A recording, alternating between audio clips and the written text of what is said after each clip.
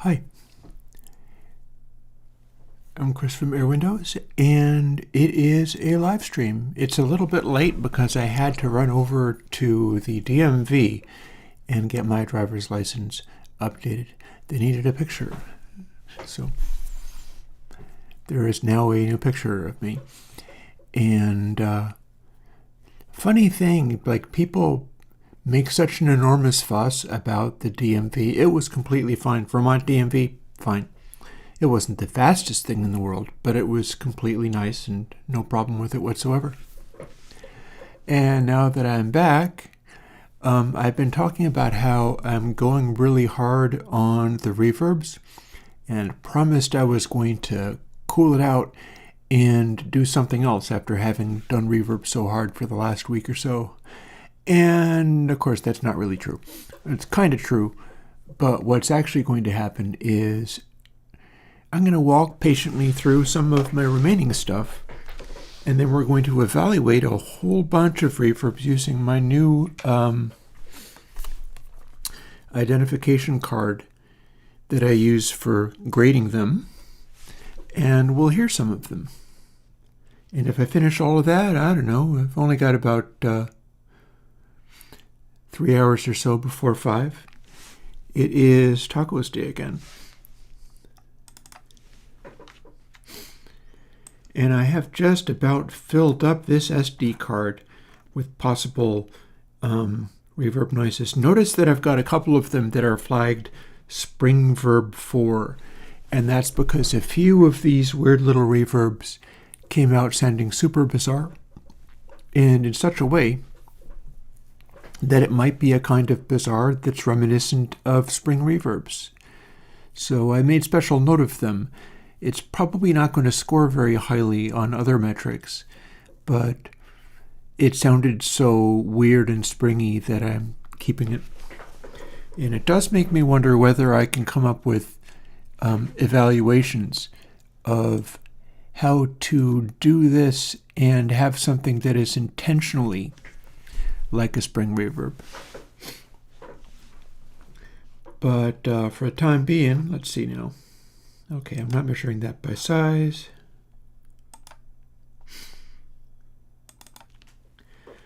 For the time being, we have some of these to walk through.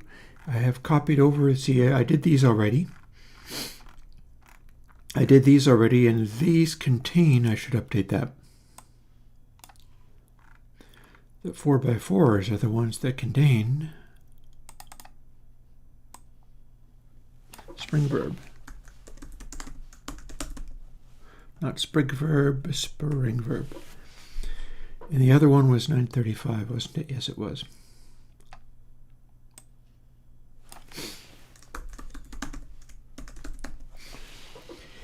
I've been coming up with a bunch of little improvements on what I'm doing here. We shall see how well it works. And then I've also done, let's see, these ones. These are the full-on 6x6 ones. In the middle of doing this, I fixed a bug with the program I'm using.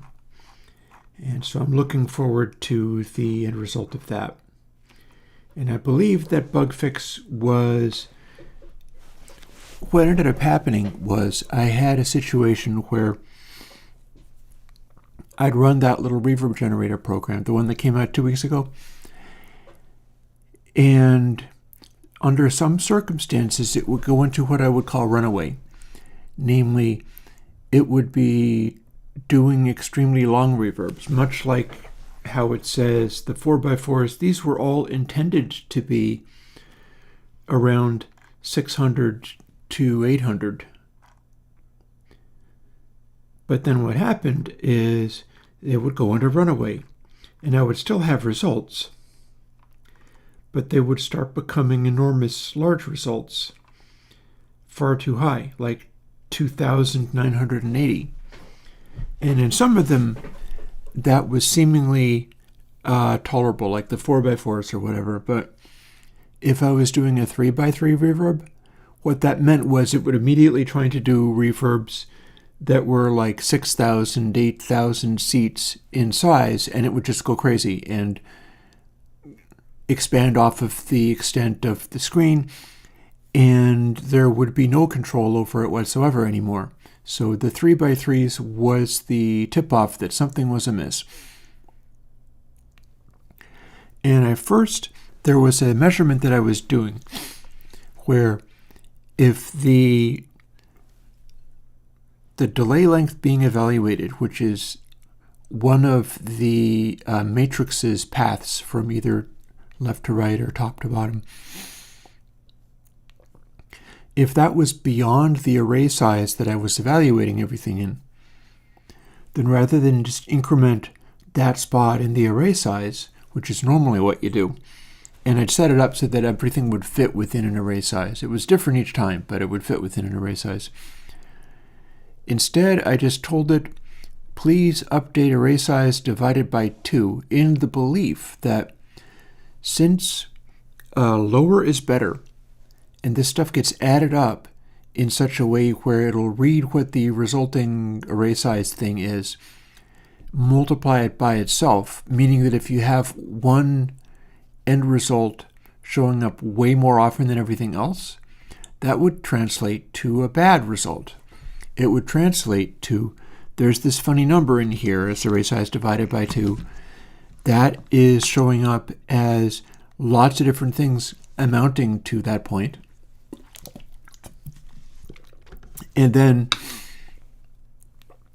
that means that there is a particular delay that was way overemphasized, and so that will result in a bad score, and we wouldn't end up using it.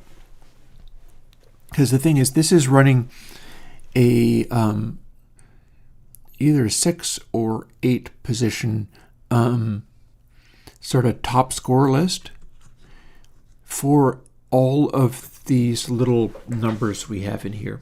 And again, I'm in the middle of doing this. Let's keep it rolling.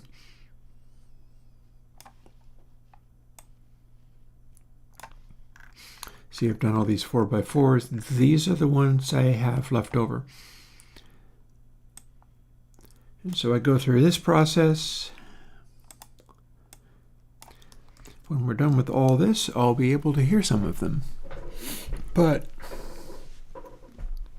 it'd be measuring this stuff out, and there would be an end result that was way more prominent than the other ones. And it measures that by multiplying it by itself and then going for the lowest possible score. This is supposed to make all of these reverbs, all these reverb positions, as evenly distributed as possible. Like if everything hit literally a different reverb position, which in a lot of them is completely impossible, then everything would have just like 1 in it, and nothing would stand out beyond anything else. Okay, where are we at? 559. Get Kajbig 5 is the secret code name for these. The secret codes keep changing as I change the adjustments. It's mostly for being able to work with it while operating it. And then here's a final thing I learned to do, which is I have to normalize it. And I'll tell you why. If I measure this,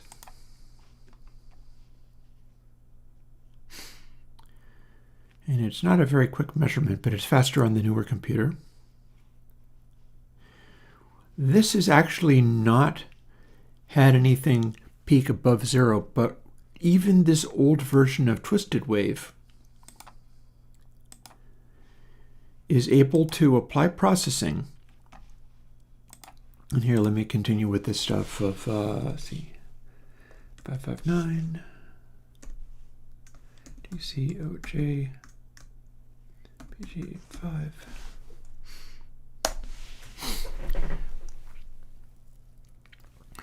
What would end up happening is I would have a value that's supposed to be stacked up above all the other values, and having one register too many times, such as if a lot of stuff was showing up as off the end of the extreme, that would cause the overall evaluation to be bad.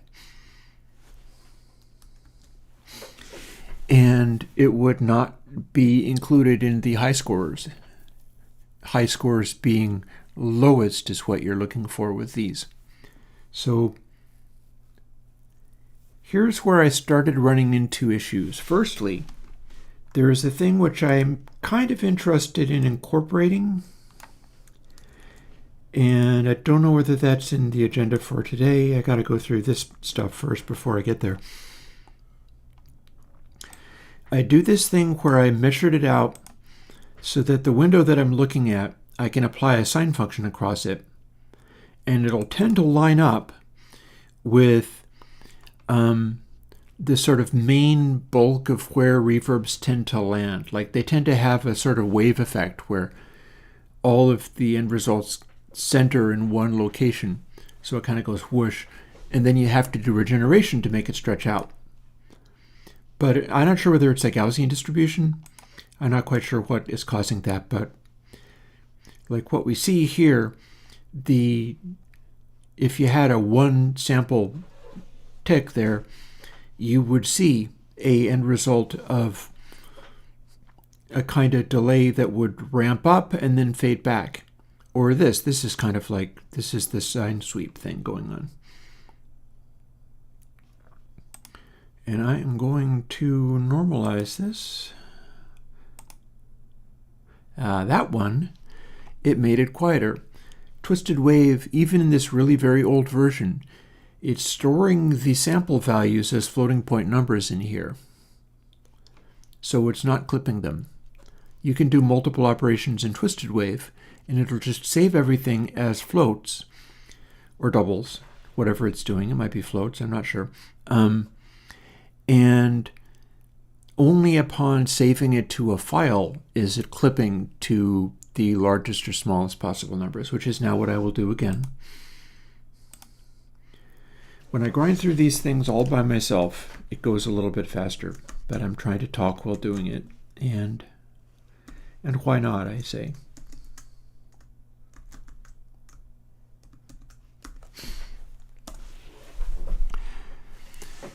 So I was applying a kind of weighting onto the end results, which was smushing down stuff that tended to sit in the middle of, I think I did some of this on stream actually.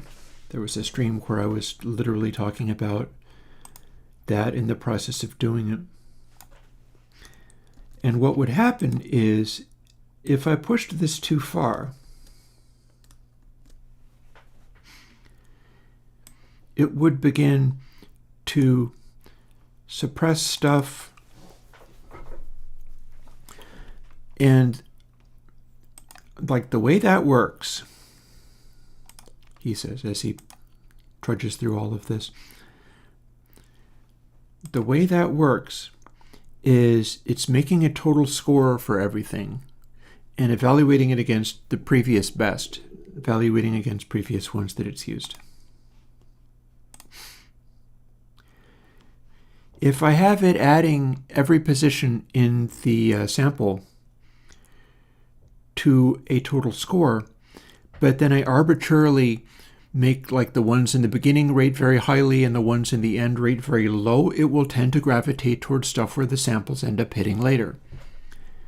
If I make it so that it weights the stuff in the beginning very little, but the stuff in the end very highly, it'll tend to arrive at algorithms like this where all of the reverbs hit earlier.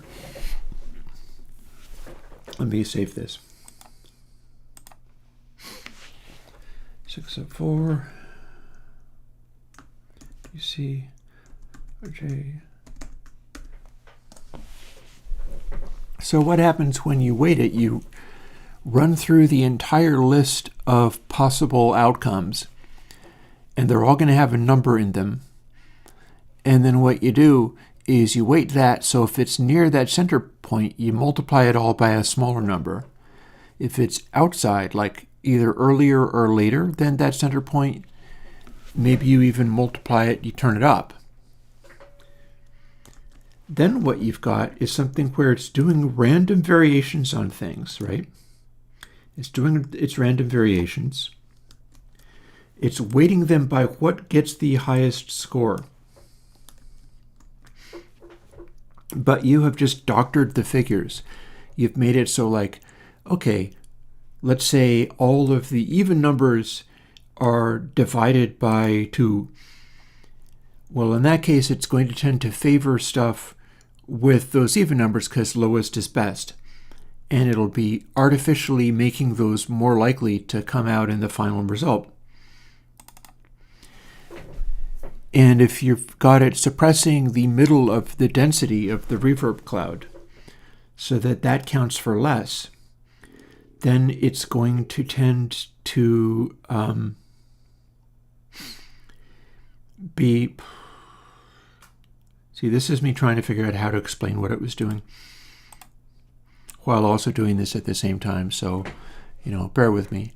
Live chat should be open, by the way. If anybody wants to say anything, you're more than welcome to do so. But I will continue running my little monologue.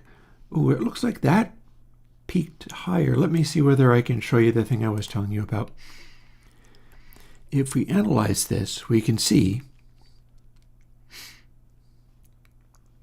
yeah, our maximum sample value here in both channels is slightly more than 1. Twisted Wave doesn't clip values. It's storing them as if it's in the middle of a DAW. And so what I do is I normalize it, and then I scale things rather than simply clipping them off when I save it to a file. Because otherwise that's what would happen. And what I'm going to end up doing is measuring the guts of the audio in here and taking the LUFS, which this is not, this is before LUFS was invented, I think, and subtracting maximum RMS, and it'll get me something that's a very useful value. But yeah, for now, what I need to do is normalize this. Boop, then save it. And I'll get to the end of these, never you fear. I'm going more slowly than usual, but I'll get there.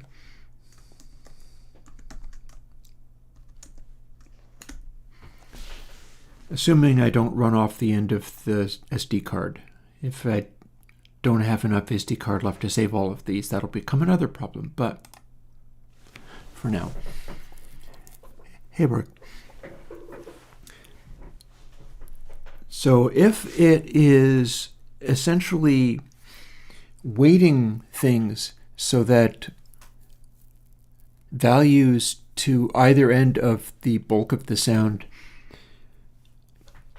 essentially count for less. I'm pretty sure the way that I'm doing it is like I'm doing this sine thing, and then I have to multiply it by a thing minus the sine. And the end result is if there are results either really, really early or really, really late, like some of the values that I'm multiplying by in this giant reverb matrix, if stacks of them are entirely tiny and small, then there will be a spattering of brief echoes early on in the reverb, and I can artificially reward that. Or if there are echoes, here's the critical point, really, really late, I can artificially reward that. And this started producing what I was calling like flaky, bugged out results. Namely, rather than having a normal reverb distribution,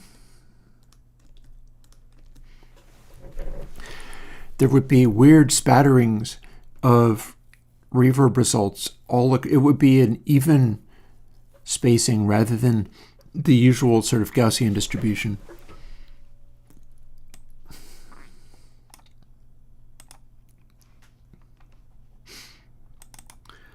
We're just going to keep this going until I get to the end of them. I'll probably be able to focus a little bit better once I have. This does end up getting to a... Oh, and I don't think that even clipped, but perhaps it did. Let's find out. Oh, it sure did. This is going to help the analysis that I'm going to do later, having it set up like this, so that it is normalized, whether it comes out too quiet or too loud.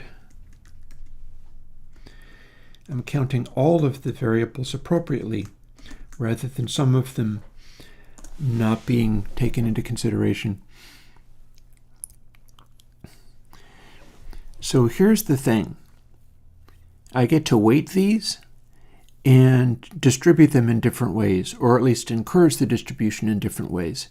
And I could also do that differently based on whether it's early or late in the reverb tail, and that's coming up. I'll be doing that for the little reverb algorithm soon enough, because I increasingly get to where I can tailor it. Hey, Jonathan.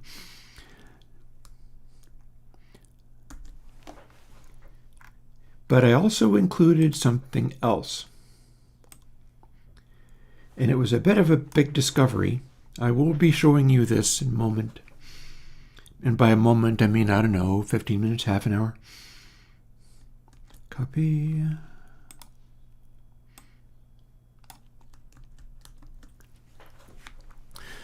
Again, I can usually cruise through this. I only have 14 of these to go through. And if you count the number of other ones there, I've got like 54 things on the SD card at the moment. I have been at this all day. So there's another factor that I was able to include, and I decided it would be a good idea to reinforce it real hard.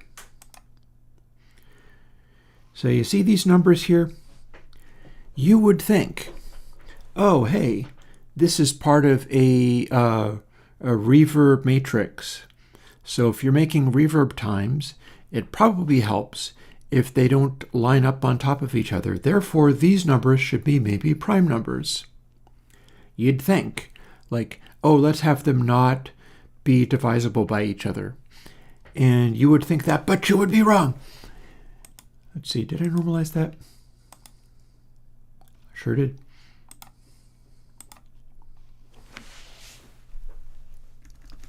And I'll explain why.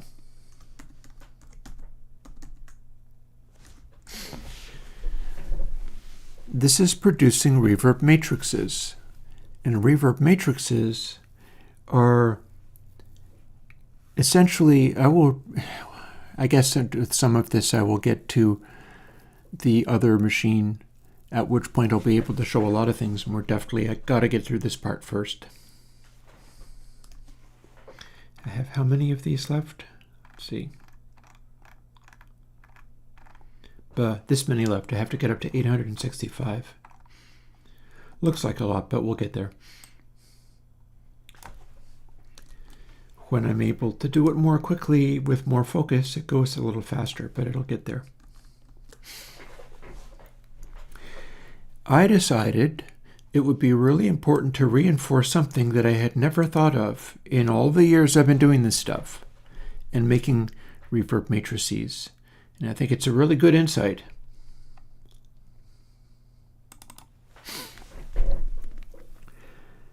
It does not matter what these individual numbers are, because we never use them directly.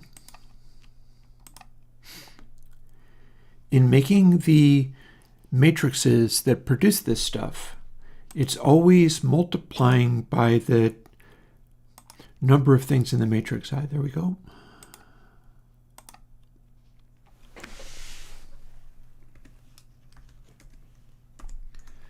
GC, OJ, BG5, there we go.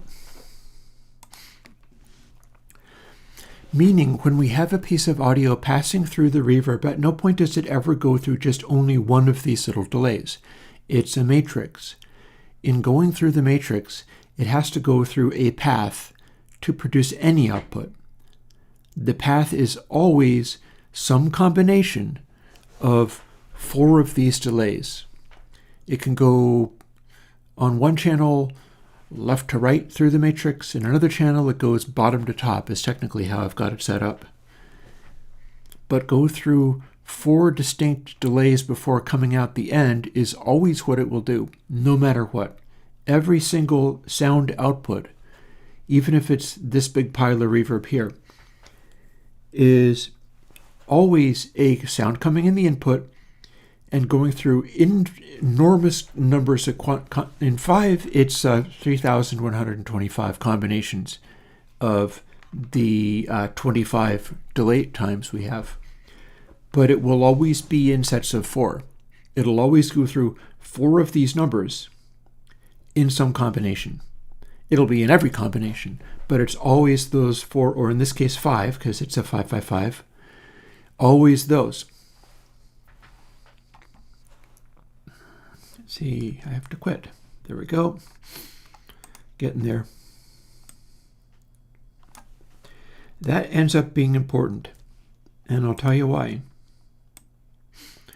It does in fact matter whether the delay times are prime numbers. If a delay time is a prime number, that means it's not going to clash with other combinations of delay times.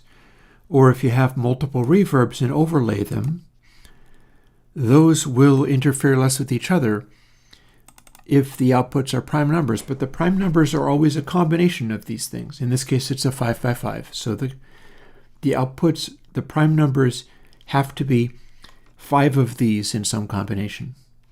Never less, and no other options. So whether those individual delays are primes means nothing. In fact, they can't be primes, I don't think. Well, maybe they can. Like if you added together primes, you could probably come up, well, see, the thing about a prime is you can't subdivide it. You can't divide it by other things. Oh, yeah. No, I grew up in an age where I heard Sly Stone. Absolutely. I'm 55 years old. Or what is it, 56 now? Something like that. So, yeah, I'm up to speed with that. I know people in some of the forums that I frequent who worked with him. It's amazing he survived as long as he did. He was a great 60s musician. And then in the 70s, he lived a very drug-addled, crazy life. But he survived it for a very long time. One of the guys who had worked with him was like, yeah, I would have said that it was a lot of ups and downs, but now that I look back on it, I would say it was just a really wild tapestry of experience that they had both survived during the time that they were working together. He was more like a very street-oriented rapper in his day. Lived a very wild life. So yeah, here we go. 752 PCOJ BG5. Hopefully I have enough space on the SD card to do all of these. I think it's fairly likely that I will. If not, not quite sure what I'll do about that. Figure something out. That's not a today problem. So I have to quit that because I'm changing the plugin out from under it. Here's my new one. I have to copy it over. If I put out verb 6s, any of you might end up doing this endlessly just like I'm doing it. If you want to come up with your own reverbs. How did I learn to code? AppleSoft Basic on an Apple II Plus when I was a kid. That is not a good preparation for this, but it was a sort of coding in its way. Oh, I already have built. Well, let's just build again. There we go.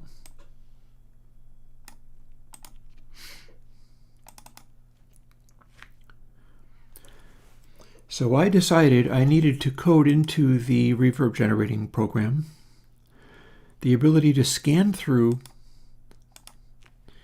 all of its results so that it could check whether the reverb impulses or silences were in fact prime numbers or not. See, I just normalized that, didn't I? It's so hard to talk and do this at the same time. And yet I want to get through it and do these things.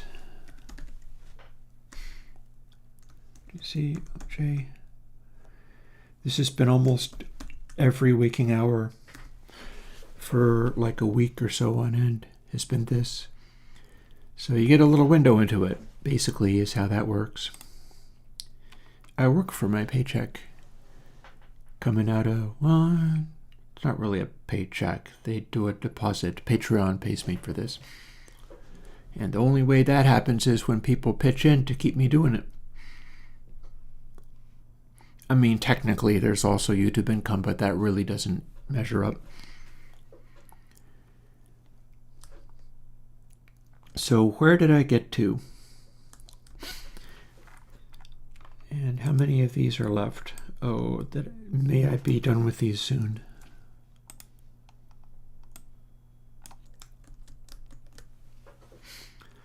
$7.91. I moved the windows around so that it kind of tries to place the dialog boxes in the correct spots, which is more effective in Twisted Wave. Like I can go verb 6s, and then the apply button is like right under where the mouse was. I did that on purpose, just so that I can work through all of this stuff better. Not much difference with that. 791. OJ BG5. Hey, T-Woth. I might have been chamber in which I used Fibonacci delay taps. I think there was something having to do with that. It could have been chamber, or maybe chamber was the one where all the delay taps were like golden ratio of the previous ones. Just stuff like that. And that's the kind of, like, that's how I got to things like trying out this, the prime idea. And before terrible, I'll just keep running my mouth and we'll get there eventually. Like, how many more of these have we got? Only about 4 more. So end is in sight. I've been doing this again almost every waking hour for a week. You can hear it in my voice. But part of that is because it's interesting and exciting things can happen as a result.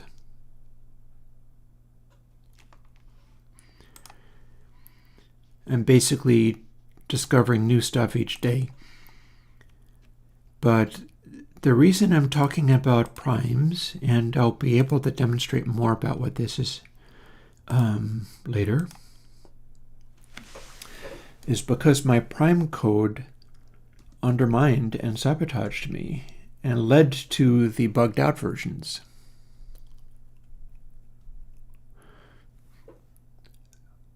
GC, OJ, BG5. Grinding to a halt as I hit the last little ones. I'll be able to play these over the speakers and there'll be something else for you to hear. How much storage are all of them as a package? Consolidated. Consolidated has nearly all of them. It accepts some of the ones that only work in, like Console X only works in its own plugin because it has too many controls.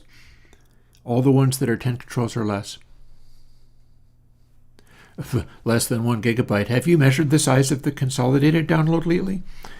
Consolidated has all of them excepting Console X, etc., and all of the instructions and blog posts in text. And that text is like a megabyte all by itself. Let's see, where were we at? I have not copied this over yet. I have to copy this over now. And I have to build it. And once I've done enough of these, we can move over to the other computer, which will be a little bit more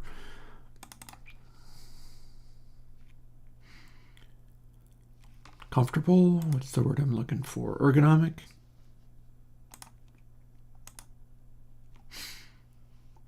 Something along those lines. This latest path around I have taken to normalizing literally everything. I started with just the 3x3s because they came out too quiet. But in normalizing the other ones, what's happening is I'm giving them a better chance of scoring high in a later stage, which I'm also going to be doing in great quantity later. Ooh boy, I've only got 300 megs left. GC, OJ. These also have different settings. Like, it starts out being like GC, OJ, OK or something like that. But then if you run it, I'll show you in a moment. If you run it and it cannot produce useful results, you adjust that as you go. Oh, I bet I'm going to have enough space. I only need 60 megs more, roughly. No issue expected there. And then once I'm doing something a little bit less demanding, I will be able to explain what I meant about the runaway conditions and the primes and what I was talking about regarding the importance of having primality be calculated only on the output delays rather than the ones that you see here on text. These ones don't matter. We do not care about the primality of these. They don't actually ever end up getting heard or used. Let's see. 862 and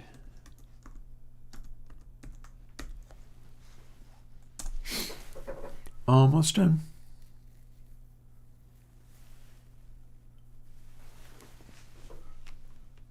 Who's talking about Java? I've done that, but not for this. I don't know why you would think this was Java. It ain't. And here we are, last one. Then we get to eject the thing and actually hear them for a change. That's exciting, right? Well, I don't care whether it's exciting or not. We're going to do it. And I'll have all of this before I need to start thawing out taco dinner. Let's see. Paste. There we go. Very good. You lock into a groove with these, putting on some nice dub techno or something in the background, and then I can go through this faster. It's just kind of brain numbing, but like my autism lets me be able to do repetitive tasks like this where normal people would just go insane. So that comes in handy. And the final measurement, the final normalize. And boy, it cut it down a lot. Like this point over here is the loudest point. And then I save as 65 GC OJ BG5. I have not run out of space on the SD card, thankfully.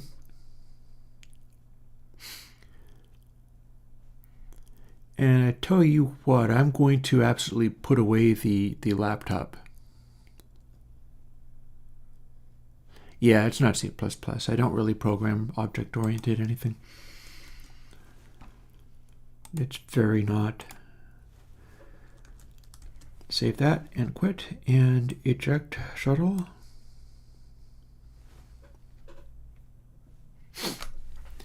Here at the SD card. All of these reverbs now sit on this. It's only a 2 GB card. Then I can, let's see, we're going to switch over to my regular computer and unplug the screen of this other one.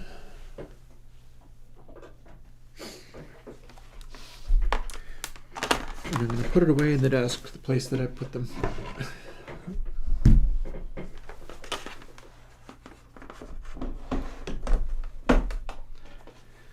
Because I've seen about enough of that computer for the moment. Although I'm gonna need to see more of it by the weekend, because I gotta get Verb 6s ready to go.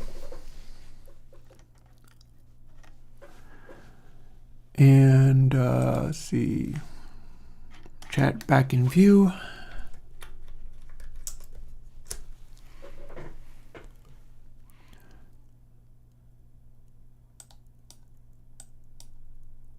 Don't mind me, just moving a thing.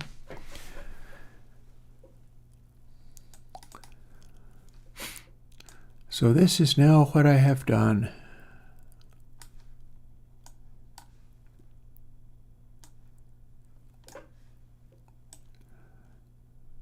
Oh. This many flex. But this is what I was telling you about.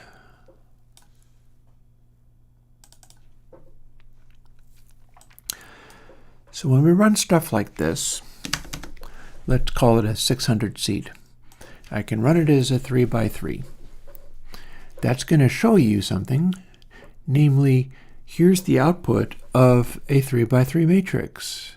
That is 27 distinct little echoes. Out of only 9, oh, don't mind me, noises.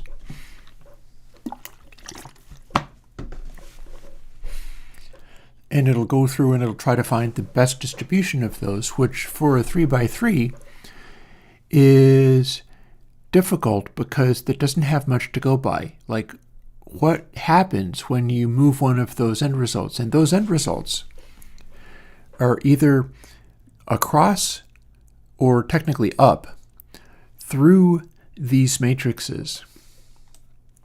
So for instance, one of those is 1225 plus 695 plus 1368, and one of them is 39 plus 695 plus 217.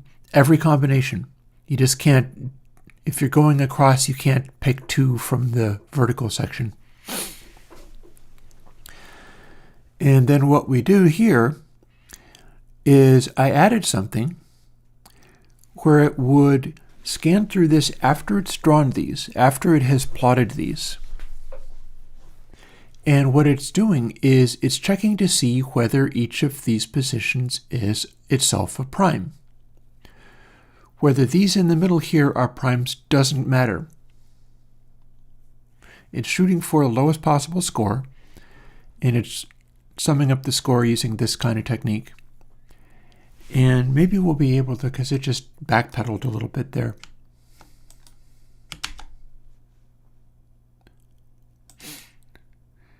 I can run it again. And weirdly, tape fat is doing something similar to this. Tape fat is effectively a convolution impulse, believe it or not.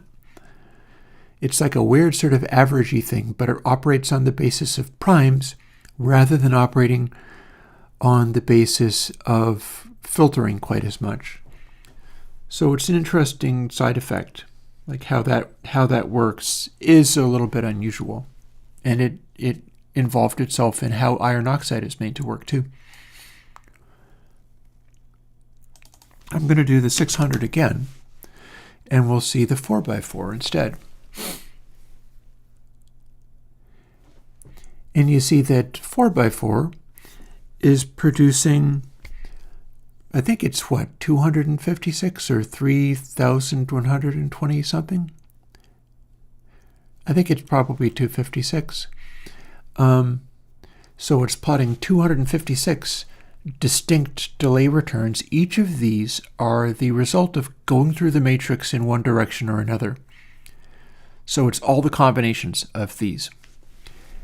Whether those are prime numbers matters because those are the real delay outputs. Like if you picked only one of them and you had a sound at the beginning and then you plotted the spot where it landed, that would be the total delay time.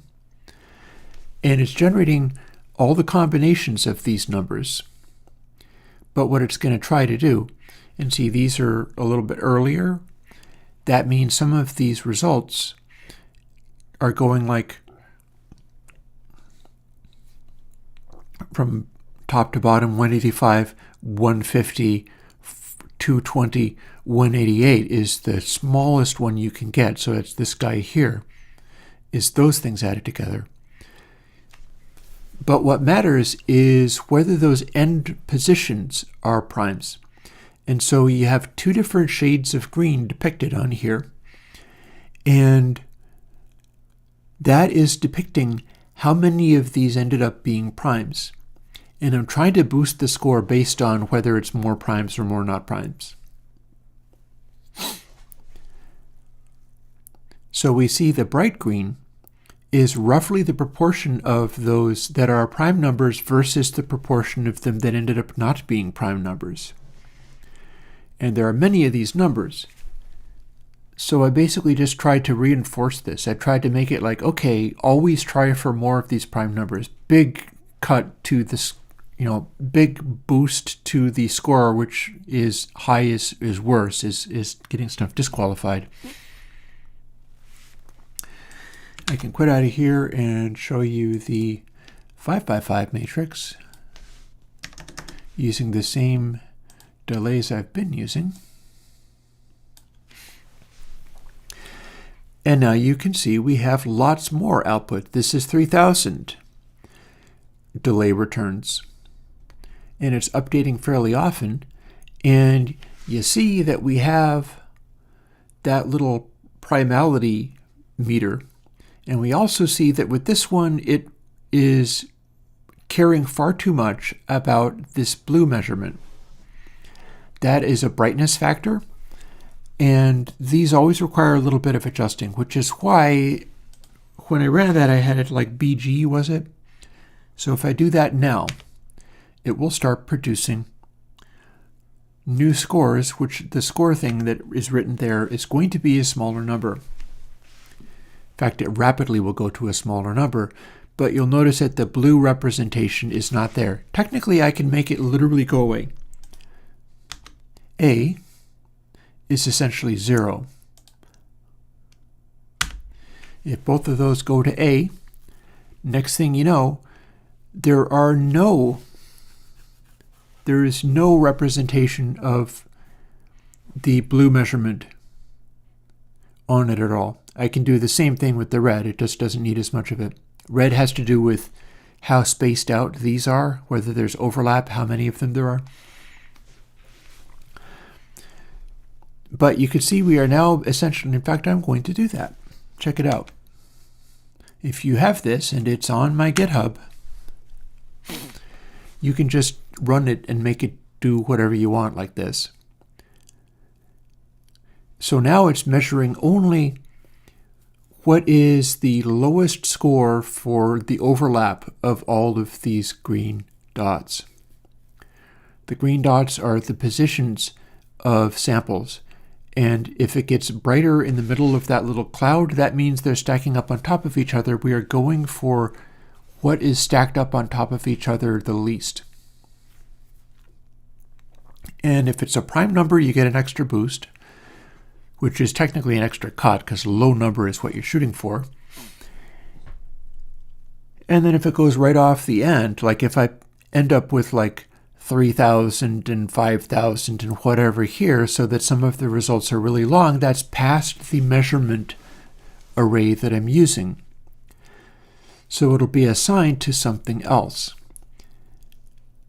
And you remember way back when I was generating all of these little things, I said I had picked a value of array size divided by 2. And array size is basically visible on this meter. So maybe a little ways further, but it's a spot sort of in the middle of the screen here is where the array size 2 would land. And the idea was if everything that goes beyond the array range, because here's the thing, if it goes beyond the array range, it does not build itself into the measurement array. And seeing as low scores are good, if all the stuff falls off the end of the array and doesn't get counted, that makes it artificially good. It's a fitness function with a cop-out built into it, where if everything is too large for the array, it'll artificially seem like, wow, this one's great, nothing, it's all perfect. Well, no, it's actually just not measuring everything properly. And so I made it that if you go off the end of the array, next thing you know, it's just repetitively increasing a figure in the middle here. Remember how I had a special boost for if something was a prime? Like it gets counted more if it is a prime. What if array size divided by 2 was a prime? Well, I'll tell you what, it would end up registering far too often on that particular number, at which point that would count as a prime, so it would get a low score. And so it would basically be a race to the bottom where it would be doing increasingly low scores and not doing what it's supposed to. Here, let's poke this again. If I increase the settings, it should not force a new update. But I've now switched over to red-only metering, and I can shut the green measurement off.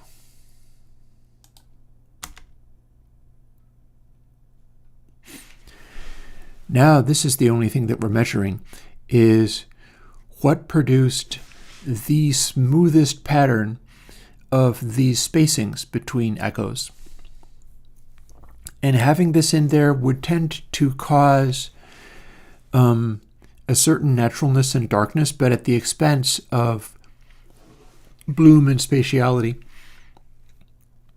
And yeah, we can artificially measure that. You can see that the score went way down. That's because we don't normally have this be a very large proportion of the measurement. But like we could totally do it. In fact, I can quit out of there. I can run it again. And just for fun,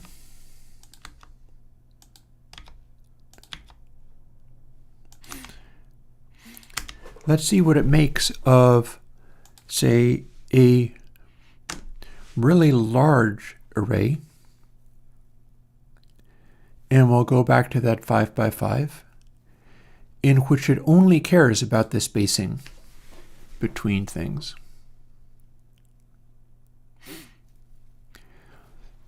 And what we see is that it's making this particular particular flavor of cloud. And ooh boy, is that score a high one. Probably because I set it to Z.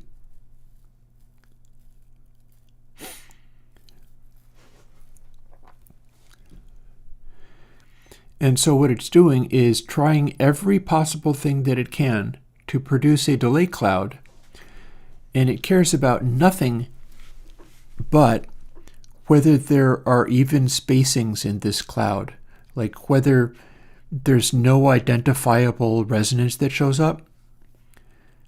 So pushing it this hard, as you can see, it's gone to a fairly high number. Now remember the thing with the primes, like this is not able to tell whether the output is a prime or not. It does not care, it has no idea. But if the center position was a prime, well then it would artificially make the size go larger and larger and larger. So I changed that from array size divided by 2 to just the position 1. Like a green spot would be at this corner if that one was going too unreasonable. And I did my level best, and it still didn't completely remove the tendency for it to go into runaway. So I basically followed that up this morning before going to the DMV and getting my driver's license updated by simply checking to see whether the hall size, see it says 956 seat hall and the target was 2000. If I had it as like a target of 200 and then the size of the hall was going to be like 3000, I just auto failed that. I just was like, nope, because what was happening was it would be going through and it would kick in extra hard after when each individual run between successful update. See, it says update 13 at least 3738/1. It'll keep trying, and the variations tried so far is the total number. And then the update business is how long has it gone since the last time it updated. If it goes to 720,000, it either crashes or I just make it stop. It says finished. And that part worked. But it was getting to a point where everything would go into this runaway.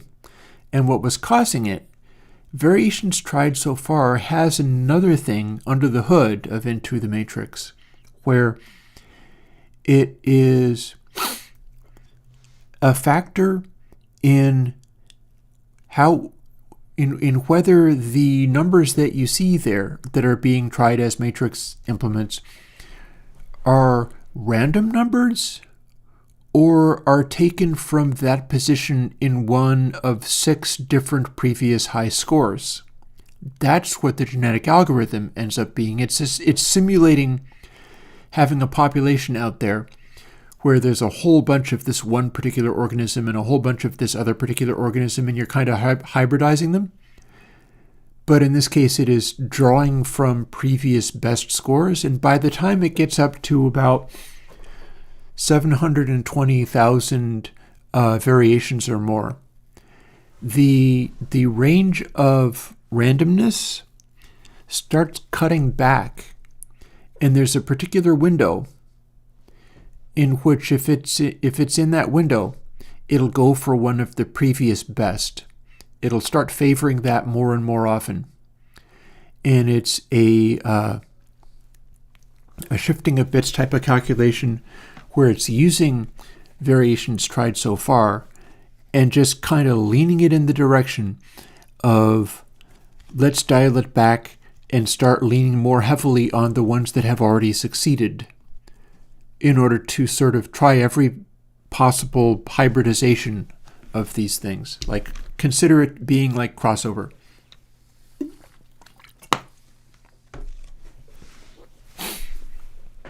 Oh, by the way, Gabriel, using this stuff, I have hopes of being able to do a more impressive, small, tight reverb type of thing that will work even better than CANS-AW for that. Speaking of which, I could probably also do a better CANS-AW update using the new algorithms, but yeah, so this is a picture of looking at only the spacings between delay echoes, and it does its own particular thing.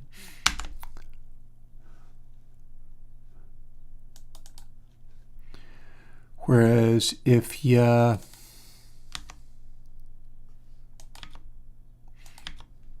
actually, no, let's look at the blue only. That might be amusing. I'm curious to see what this does. I'm not sure I've tried it. Or rather, I bet I've tried it, but I haven't tried it recently. And let's jump over to the 6x6 size.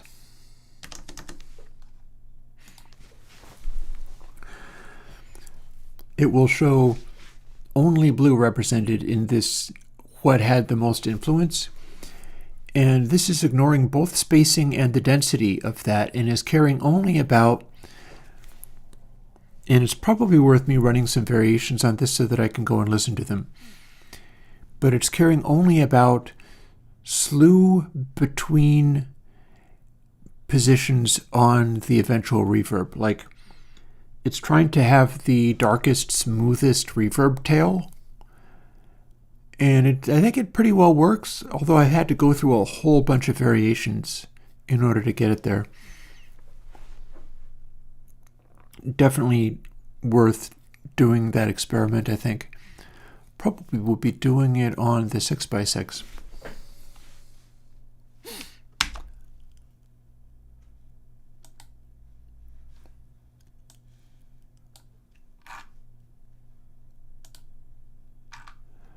And here's what you get. Here's a 4.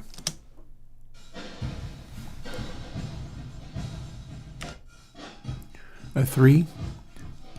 That's only 27 distinct outputs. 256. 256. Oh, I know what I should do. Let's make this fit on the screen. Granted, there's a lot to it, but still. Meaning I should have a look at this so that I can position it appropriately.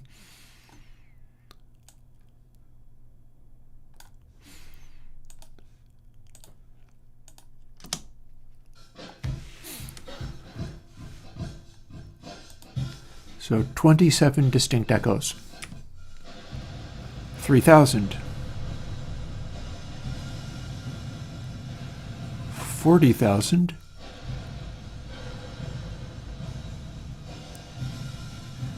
Now here's the thing. Most of these are probably garbage, whether they be small or large. We've got all these variations. I think at least here we've got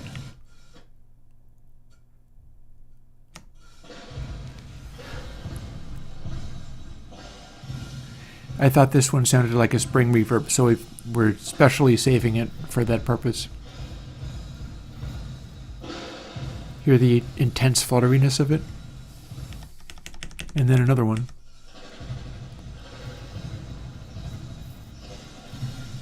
So the weird flutteriness of it. I think that sounds very springy.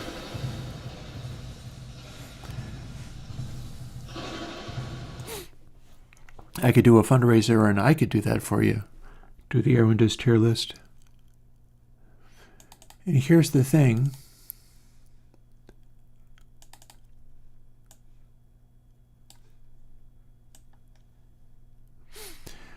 We're shooting for a much smaller list where it can sound like this.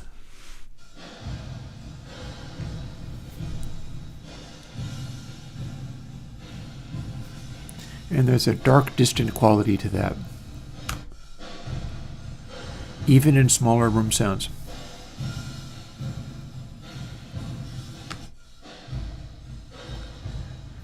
Even in deader sounding rooms.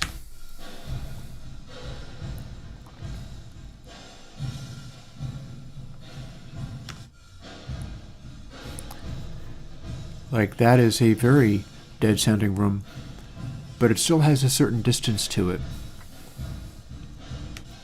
Whereas an older one, like Cape Plate 140, well, it's got sustain to it, but the reverb noise kind of comes forward at you. And these ones that are rated quite low, like here is a 26 echo one. If we compare it to 1870 here,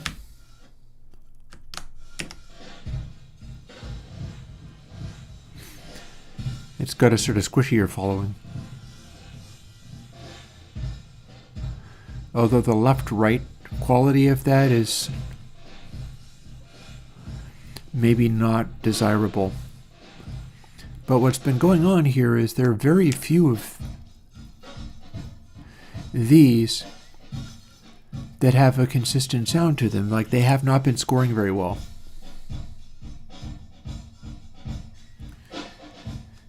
I've got a 3 up here which scored pretty well. But all by themselves they don't sound very good. Not compared to like that sounds a lot more convincing. And then my most highly rated 4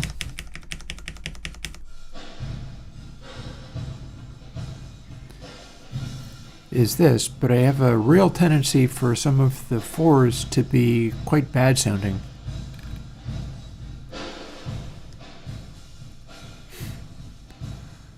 Let's see, what would be a good bad sounding one?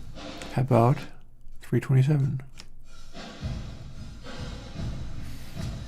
And that's one of the better ones.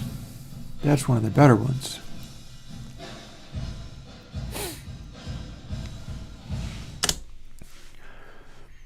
So we're shooting for this. Let's show what we're up against here. Okay, so 219. Well, no, let's pick a larger one and go from there. Or I can just be very unfair and show against different variations. So how about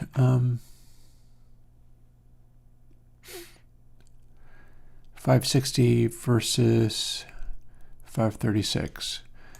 So this is probably not great.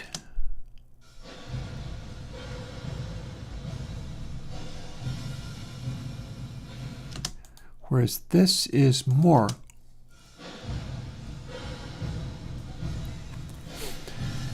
there's a difference in how plausible the space is. And there's a way that I can do that. Namely, and I'll move this so that it can be seen.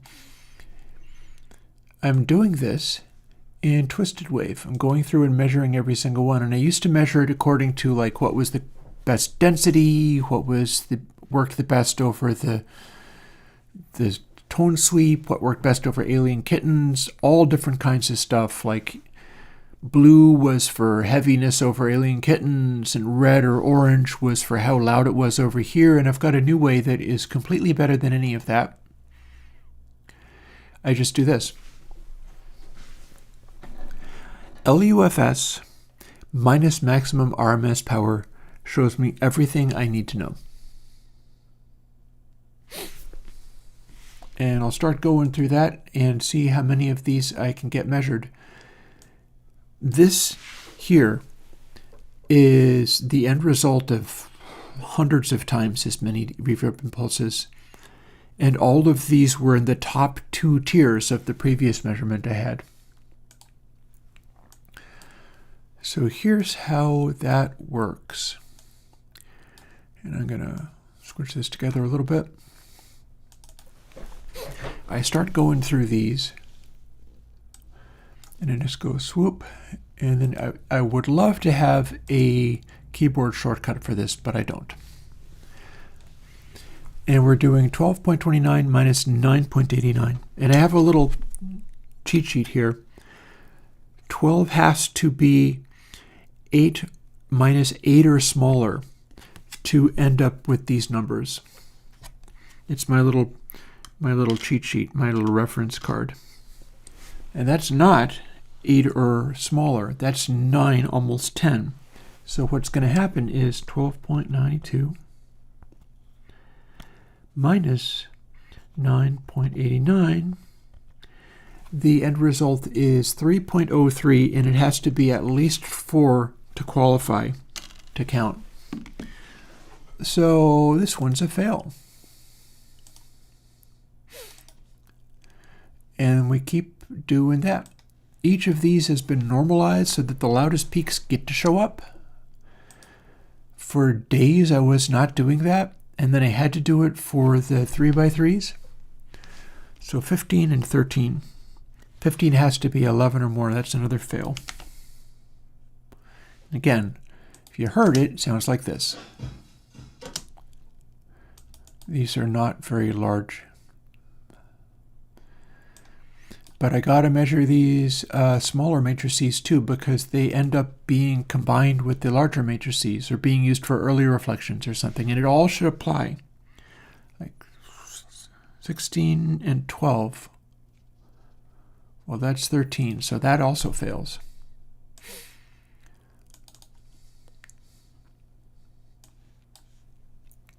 And where before I had to do lots of different measurements, I am just doing one, and I can sort of look it up. Like 13 minus 10, that would be too small. 13 has to be 9.x or better. Like say if I had 13.77 minus 6.77, that would be a really high score. And once I get one that actually scores well, I'll show you what it sounds like. But this is about being able to grind through these real fast. Probably I'll have this all done by the time that 15, 13, nope. By the time I need to get my taco stuff ready. Ooh, and here is another, this is a 5x5 matrix, but it's going to follow the same rules.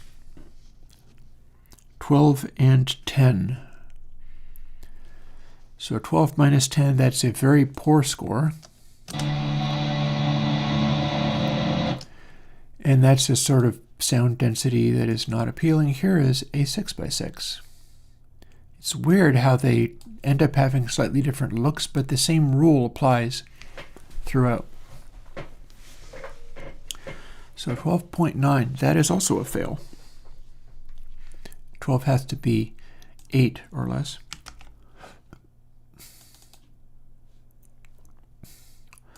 It's not necessarily consistent over all delay sizes, but where used, it always comes out with something useful and good. And my previous arrangement of this was much more lenient. It let many of these through. And then I wound up with an enormous list of which only the very top ranks, the top tiers, you might say, were awesome. And so I just threw away all the other ones and cut it right back down. And now I am taking like 60 different ones of these and combing through them, throwing almost everything away. I'll do the sorting into things later. And here we have a near miss. 14.22 minus 10.91. So I'll actually calculate that out.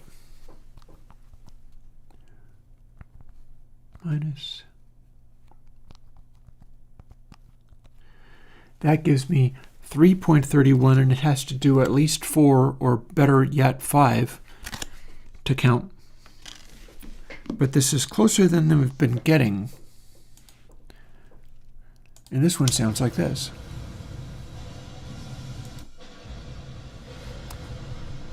So it's probably the left-right bouncing that you can't hear over my microphone here that makes this not register very well. It's very dense. It's very sustained. And it's kind of dark. It's kind of distant. But this is not really as distant as it needs to be. So we're grinding our way through, including these little short ones, are going to follow the same rules. 15 and 11. Haha. I think we have a keeper. Check it out. 15.63 minus 11.26.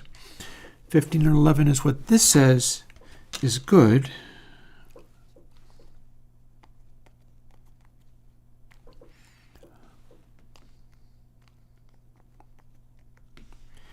That gets to 4.37, which means it gets rated as a color. Technically, it is a blue. It's one on the lower rank. And what that sounds like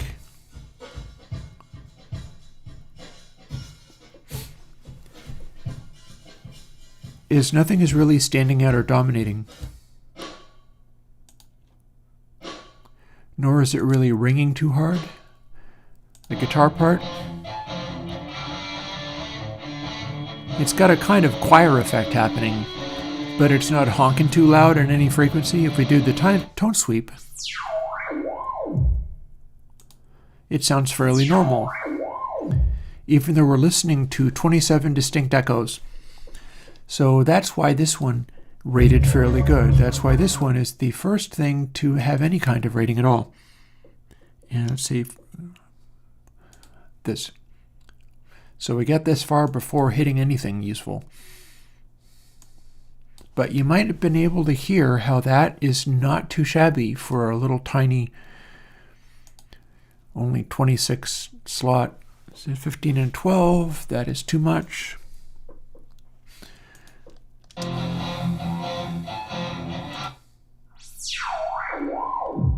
Hear how it kind of chimed?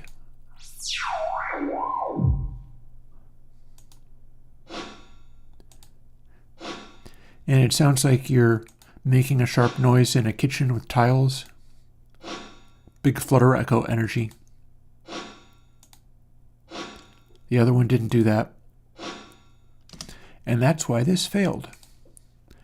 And we're measuring that by measuring literally just one thing, which is all of these things over here.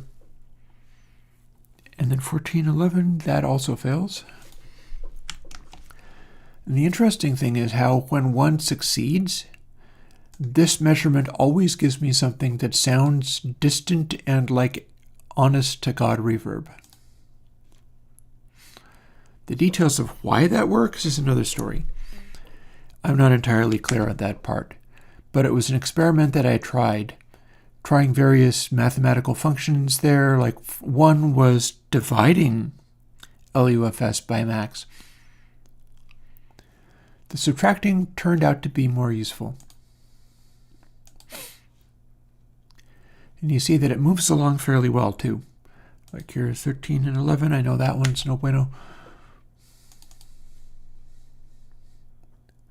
I may end up with very little of this, but probably more towards the end of the calculation. We'll see. It'd be quite funny if I did all of this and I end up with like literally nothing. But no, I think there's at least one. And it's one of the tiny verbs too, so that's interesting. This is how I arrived at all of the previous ones that I showed you. 12 and 10. No, 12 needs to be 8. And I have to be able to grind through it really fast because you saw how much time this took. Hey, Focomas. 13 and 10. No, 13 needs to see 9. This is a way faster way of analyzing these than I ever previously had. 14 and 10. Ha, okay, so this is close to being acceptable, but probably not. I might mark it as something just because it's so close. 14.37 minus 10.41, 3.96, and it needs to reach a 4. I'm going to flag that anyway. I'm going to give it a gray tag, because all these are so likely to not give me anything useful. Really hoping some of these check out. There's a 14 and 11. I already know that's not going to work.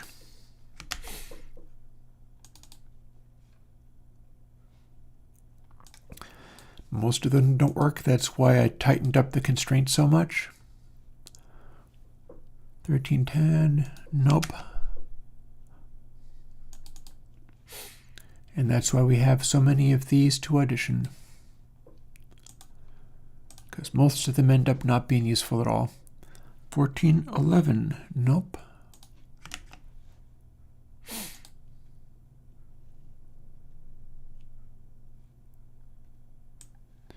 Yeah, one of my goals with all of this is to pick out the reverb that will work best as the literal Led Zeppelin levy room tone.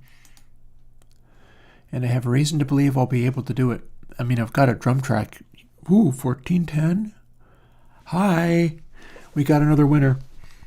But how much? 74 minus 10.32. This is 4.42. This is the best scoring one yet. It is in the green. And I'll measure it as such. And now you can hear what that sounds like on that one snare hit.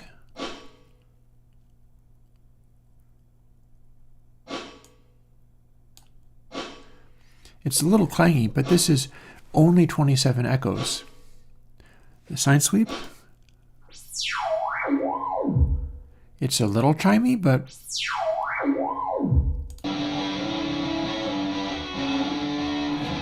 it's pretty good at not producing nasty side effects.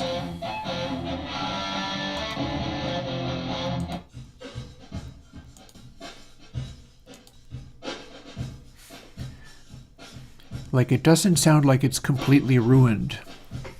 And given that this is 27 little delay outputs and literally no dry, that's not too bad. Plus, if these little tiny ones work out, one of the things, I don't know, console Helios emulation, I don't know.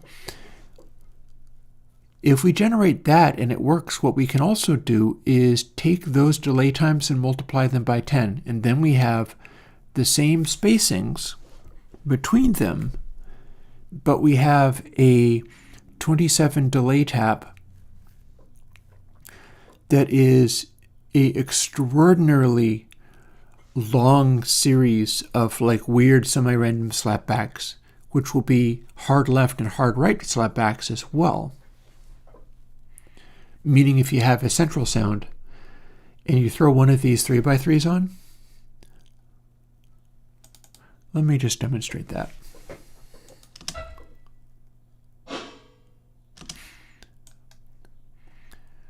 So if we take this, I have to remember not to save this.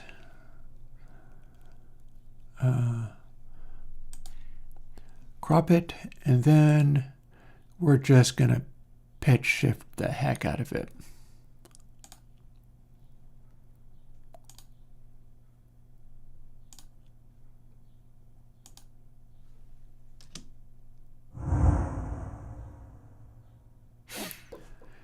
Because if there was a clicking noise, that would work better. But we're dropping the pitch down enormously.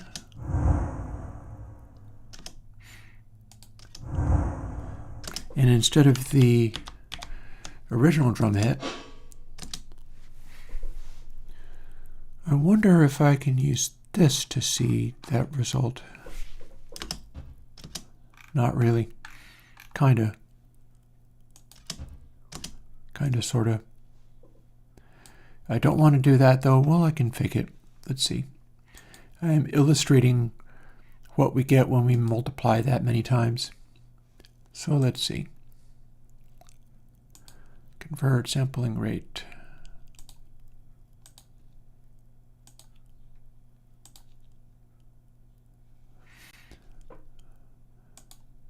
And just for laughs, let's make sure we can hear what this is by applying slew. Oh no, I just crashed it. Well, at least I didn't save that. Twisted Wave sometimes has problems with doing things. I love it very much, but it sometimes has problems with doing things.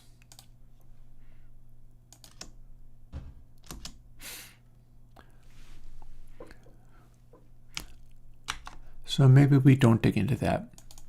In theory, though, I can take the numbers that this uses and multiply them by 10 or whatever, have that be like 27 very long delays, and use it to stretch some of the smaller ones, or ones that sound more like a realistic call, and it'll just expand it outwards. I'm going to be wanting to do that by the end of the week so that I can make Verb 6s, which generated all of this stuff, successfully demo a ridiculous delay expanse so that if I'm demonstrating it, I can just go clap. And there will be a ridiculous stereo extravaganza of echoey delay. 1411? No.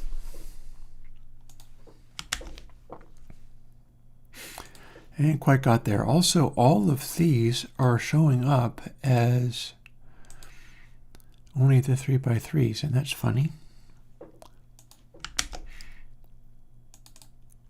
But then I'm looking mostly at 3x3s at this stage. They should be about equal amounts of each, but I do believe I had more 3x3s. Ooh, hi, 14 and 9. Yes, please. It's another 3x3. How high does that score? 14.15 minus 9.68. Oh, yeah. 4.47. It's another green. It's another in the green.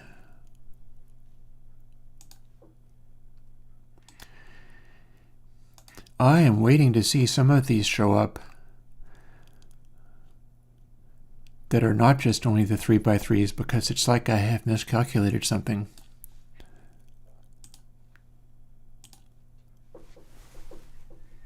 Perhaps not, but I do wonder, like, what's causing so many of these not to register? Might be speaking too soon, though. 1513, absolutely not. So here's a 5x5. Is this going to be my first 5x5 to actually measure nicely? No. 13 and 12, that's really far away from measuring nicely. So if I need to recalculate all of this, I'm going to leave all of these rather than deleting them all, and I'll figure out what to do with them later. 16 and 14, also that is a fail. Definitely a bit weird about how maybe it's simply the fact that I've normalized all of these that's causing them to register differently. I might need to do some more, like this card might not be useful anymore. That's okay, I'll figure it out.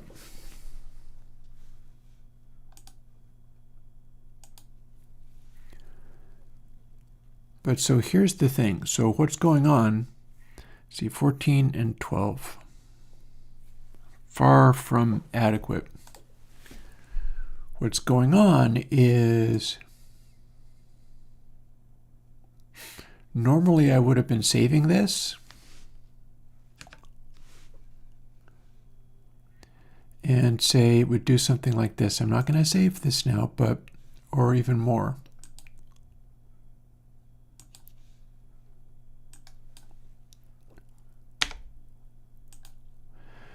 I'd have been saving them like this. That's what those previous ones were doing. And then although this does not intrinsically clip,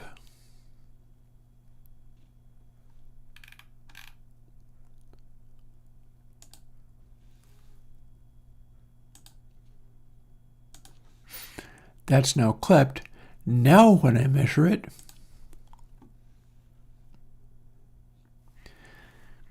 it says 10.01 and 8.95. These numbers have changed because I have turned it up and then clipped it and then reanalyzed it. And see, when you do clip only, peak amplitude is minus 0.4.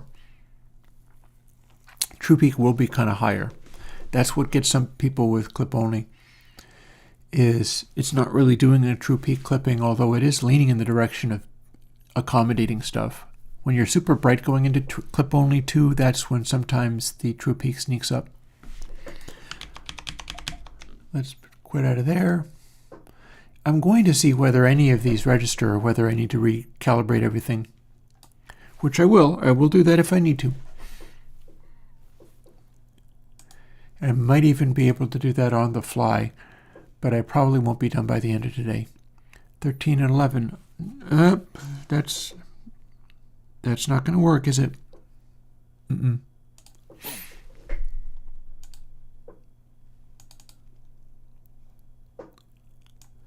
Here's one of my 6x6s.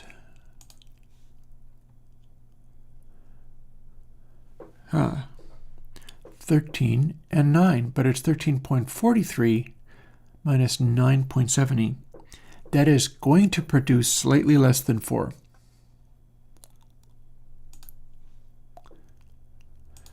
So we'll flag that as the gray dot. But if this should compare, if I simply need to readjust my evaluation, we got a 700 seater here, and for our really high scores, we've got a 716 here. Do these sound similar to the point where I can just doctor these numbers and go with it? Oh no, that's a 3x3. I need to look at a 6. Well, I've got a...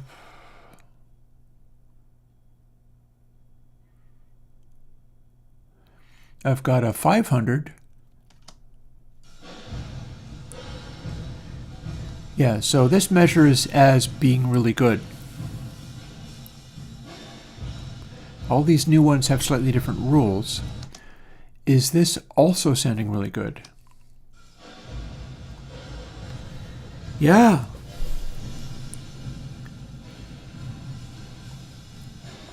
Yeah, what I've done is I've just doctored my numbers a little bit. It is a factor of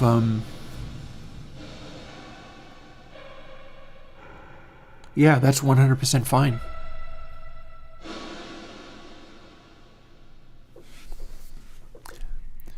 So here's, I think, how this is going to work. These are going to still register. These need to be adjusted. All the numbers are going to change. It's probably going to go from 3 to 4 here, although I'm not really sure. I'll figure it out. I'll get there. A little bit. Let's.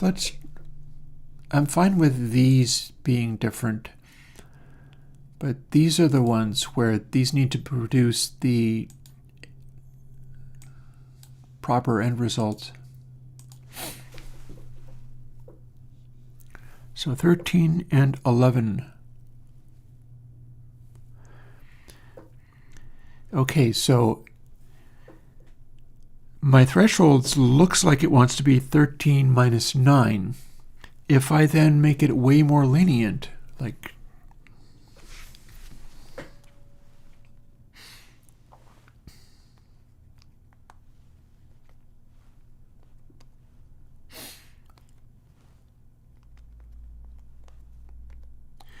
that gives me 216. So if I took 2 dB off of all of this and redrew everything, just drew it over again basically, which might be worth doing. Might be doing that. This would end up as one of the low-ranking successful ones. Nothing else has really been coming close. That's the thing. Which makes me want to go and reevaluate all of these because they're now all on the same footing, rather than only normalizing the 3x3s. In this bank, I have normalized literally everything here. No exceptions.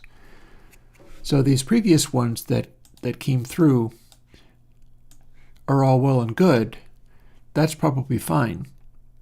Those were all just very high scores, but now all the scores have been readjusted. So perhaps this is the point at which I go, yeah, let's do this all over. What that's going to mean is everything that has come up with a score like this, and they're all 3x3s.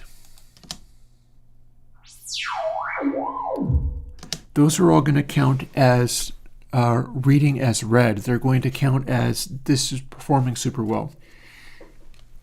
So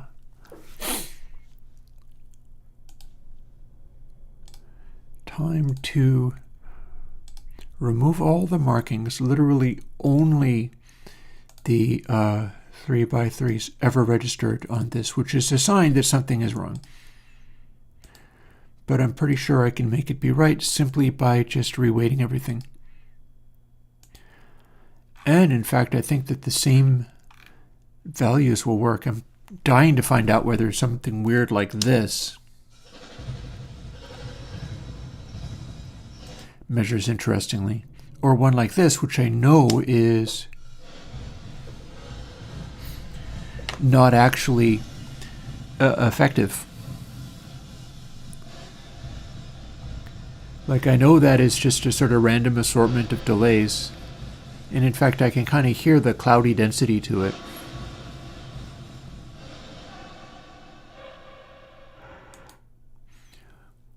But for the moment, what I'm going to do is, here, stream audio.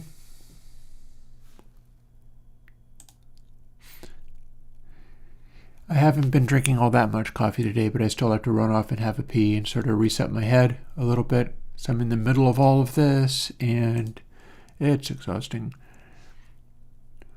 Or, no, wait, I'll give you a welcome to Freeluna. How about that?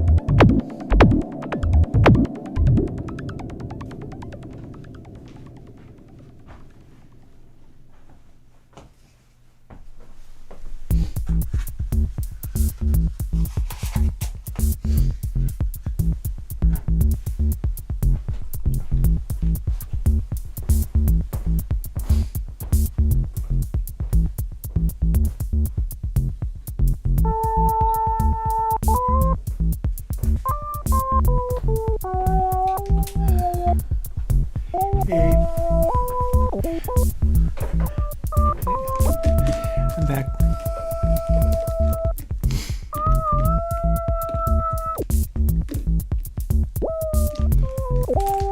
I'm back with magic markers. I'm back with magic markers. Because we're going to change the markings and measurements on this to exactly 2 dB down and go right back through again with what we were doing before in order to evaluate these the way I thought I was evaluating them. It looks as if I can get sounds equivalent to this.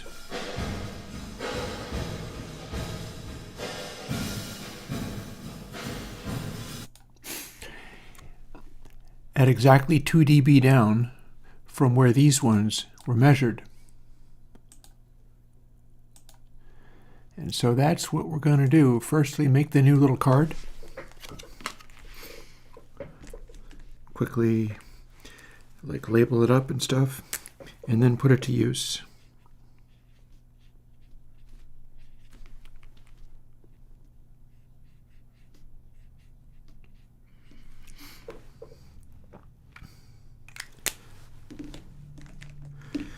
It is such a pretty job of doing this one too. No matter. We'll move right on.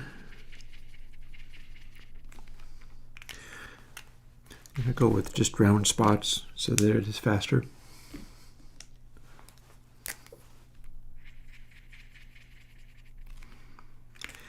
And the interesting thing is, this is a first.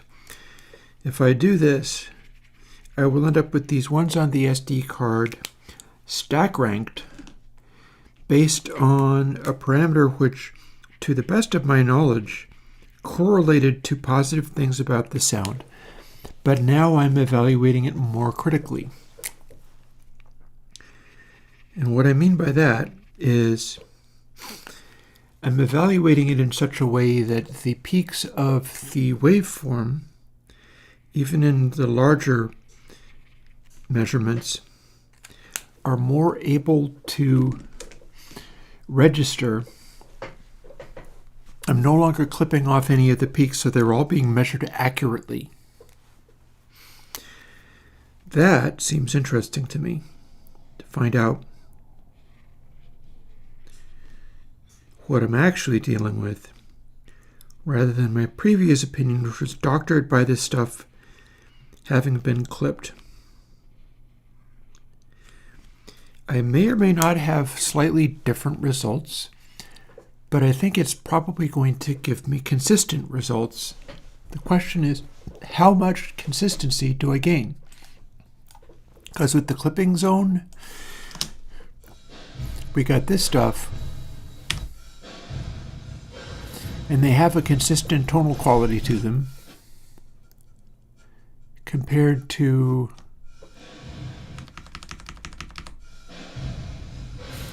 ones like this,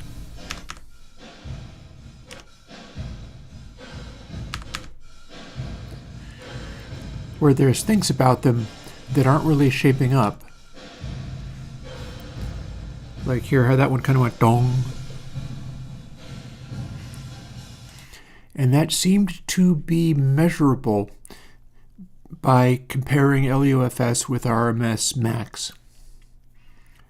And the question is, what happens if I don't have peaks interfering with this result? Is it going to make it even more effective at evaluating that? Is it going to make it less effective at evaluating that? The only way that I can find out is to try it. Try it and find out. So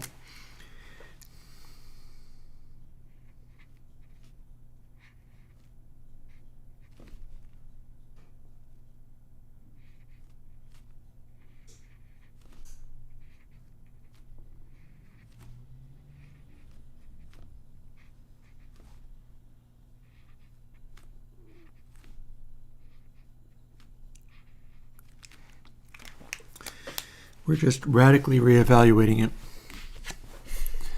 so that we're now 2 dB down with that calculation. And then I have to do the threshold, which is going to be in a slightly different place than before.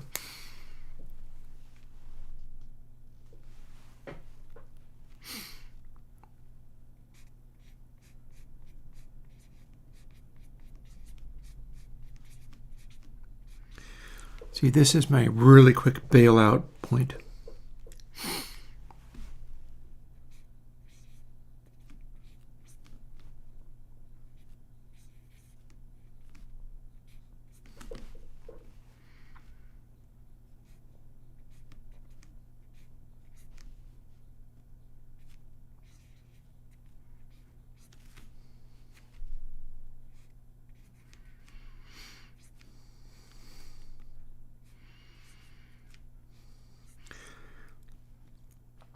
It's being able to quickly glance and just know that the thing isn't passing. I have so many of them to do is the thing.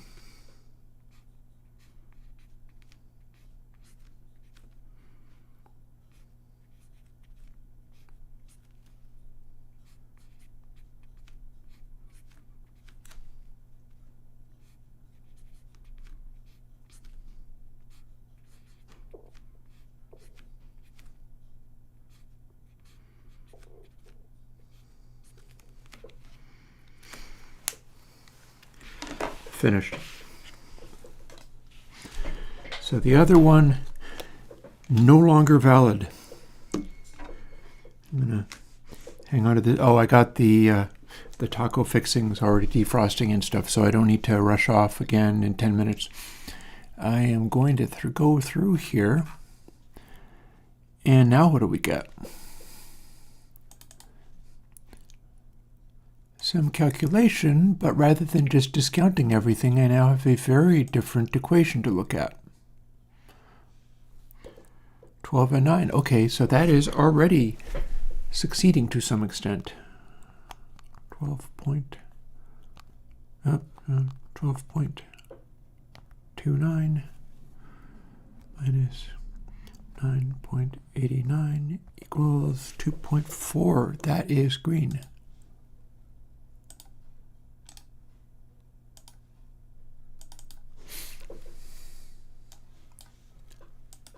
Curious whether they're all going to register now.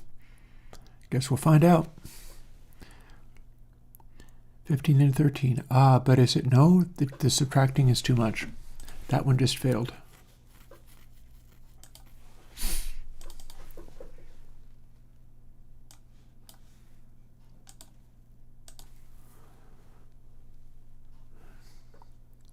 (16 minus 13). Okay, that one looks like it passed.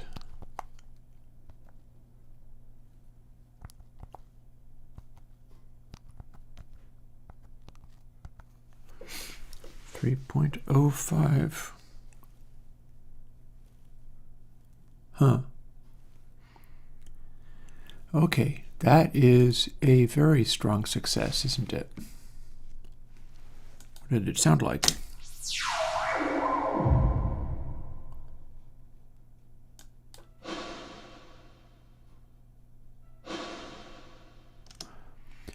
Not bad, I could believe that.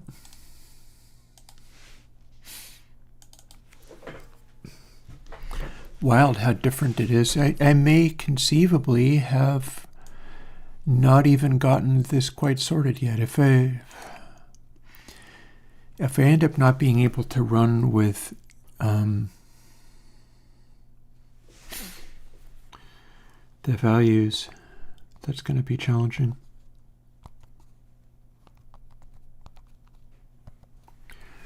.24, that is another resounding. Could I have got it wrong? Could I have it so that maybe I need to have it 1 dB off rather than 2 dB off? Because this is perhaps being overly lenient, but I don't know. I have to keep going through more of these and find out.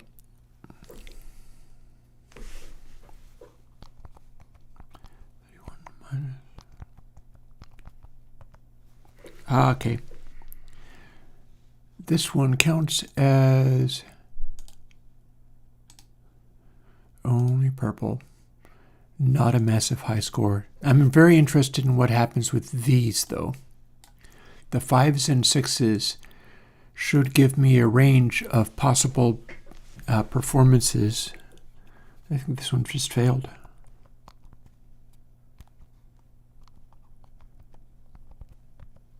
Yeah.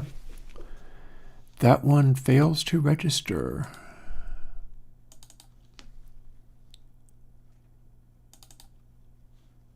Come on, you bugger, open up.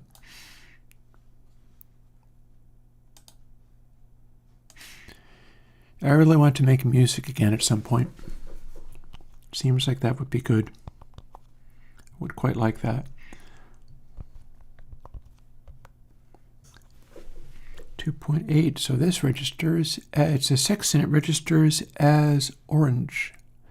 Neat.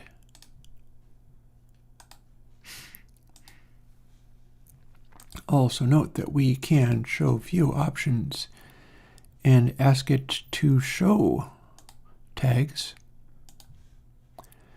meaning we'll be able to sort by that at the end.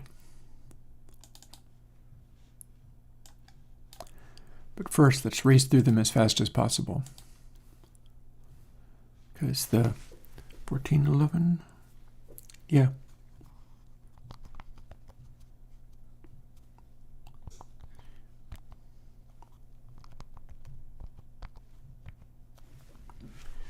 .76, that is a yellow.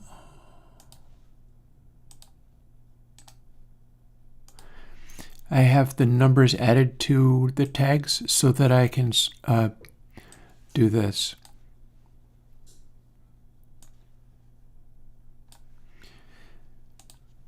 If you do it just by number, it'll go like this. But then you sort by tags, and since I added a number on the end of it, or in the beginning of it, boop, it's in order.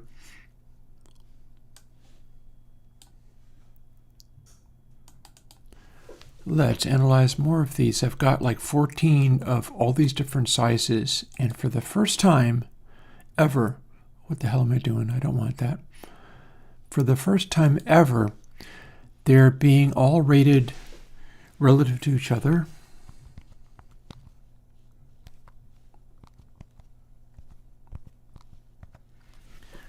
.3, oh my god, okay, that high score, very high score.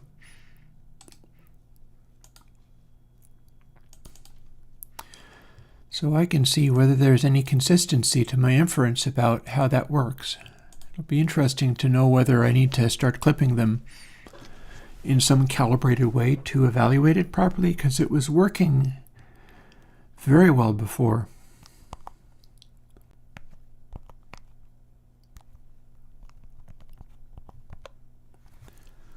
.35, another very high score, but then this would be one of the ones that was already a high score.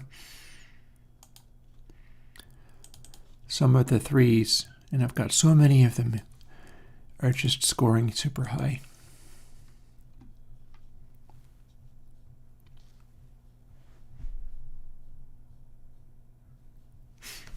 I think that rates 15.42. 3.11, again, a bunch of these are just top score, full ranks. Don't know whether that's just how they work. But once I get into some of these other guys,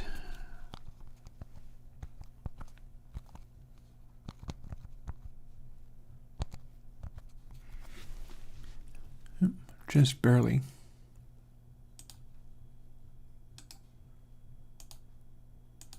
Okay, gets more interesting. Here is a 6x6 matrix 1. Do we have it being evaluated in some useful way?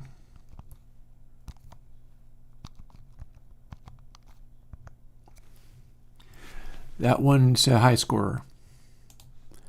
See, if these all end up being high scores, I still have work to do.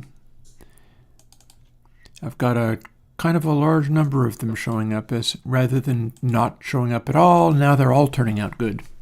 And I'm sure they're all good, but that's not really the point.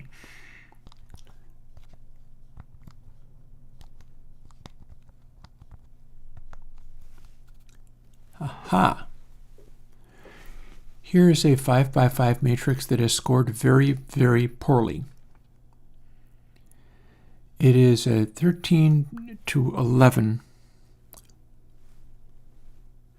it gets up to 1.59, but it would have to be 13.72 minus 11.72 to show up as even the bottom of this. So this is now a reverb reject. What does a reverb reject sound like? There's a sort of noise in there.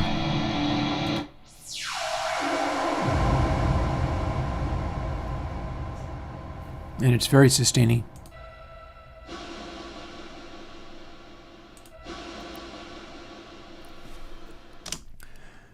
Maybe that's the deal with that one. At any rate, that was a fail.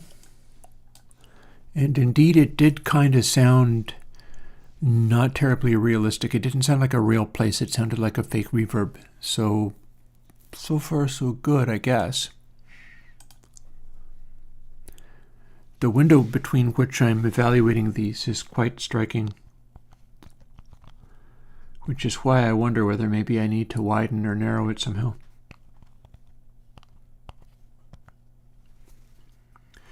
.26. This, on the other hand, is a extremely high-scoring one.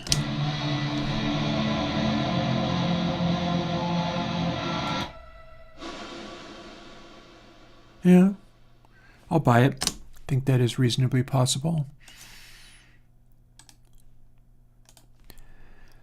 See, what's going to happen once I finish all of these is I get to hit the tags button, and then they all get sorted, and then I get to bounce around between them and try to draw conclusions based on what they sound like in each category, like whether the really high-performing ones sound in a particular way or not.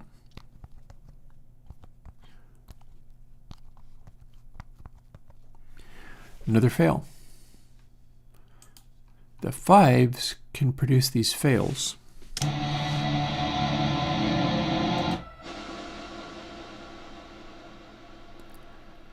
Fives also seem to have longer reverb tails. And I wonder to what extent that affects things. I might have some adjustments to make. This is just it's turned into just a window with me working my little tail off. 0.39 in the middle of all of this other working my little tail off. 2.84. So this 6x6 counts as a orange.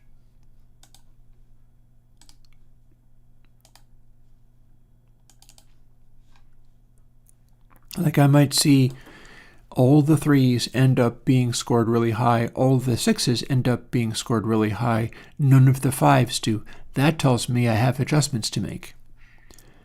And what jumps out, I thought this was going to be independent of decay time. It was kind of working out that way before, but I don't know if that's really true. 14 minus 10.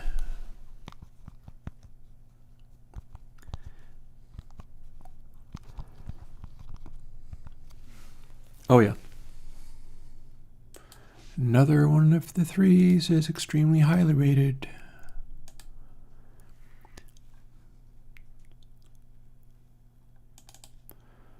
And where are these 4s showing up?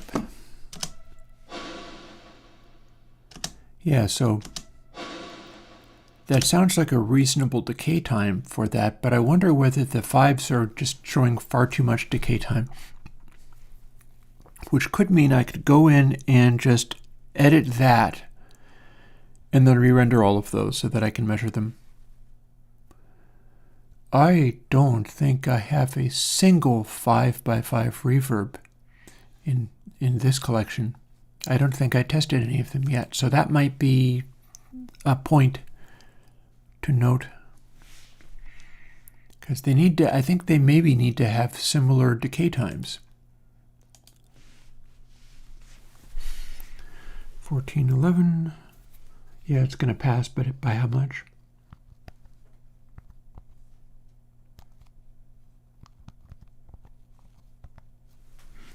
It's yellow.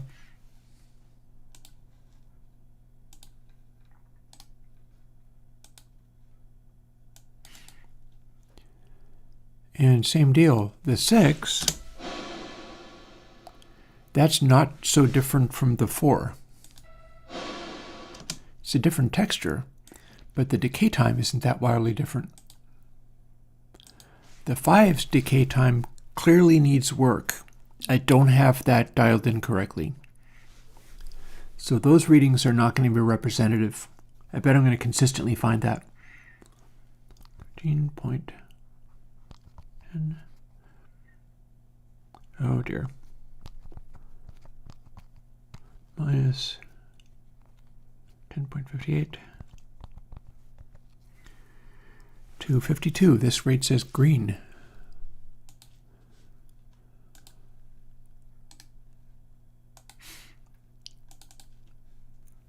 I do seem to be getting a range of values, and that's interesting to me. The fact that the 5x5s are not working doesn't really invalidate this. It just means I've got them with way more of a decay time than any of the others, so they don't count.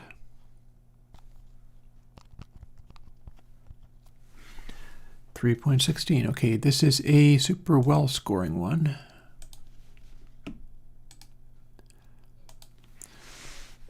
So another hit.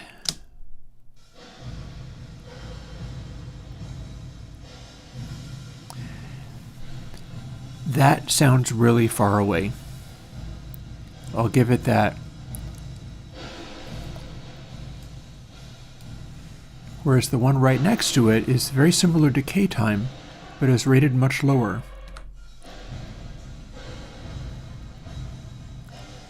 Interesting.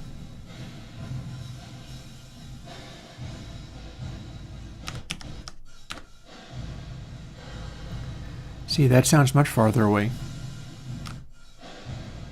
That doesn't sound nearly as far away.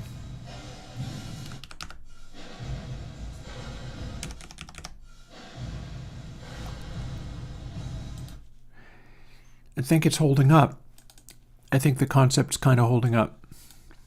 It's a little weird, and stuff like this, I could probably increase the delay time on this and get a more accurate reading. I think I could get a more accurate reading by just increasing the dwell on this, even if it doesn't sound very nice.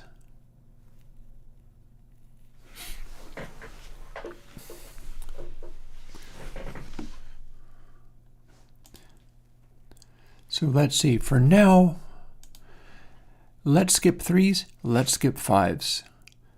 4s and 6s feel like they are in the zone where here's a 4 that performed really well. And here's another.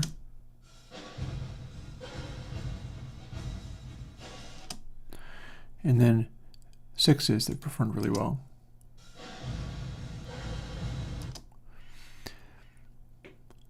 Or I could go through and just check out all the 6s.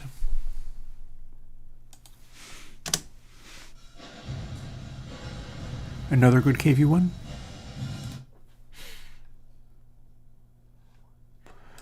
So date modified, what are we looking at? Okay, 3s. Oh wait, there's one of the 5s that worked well.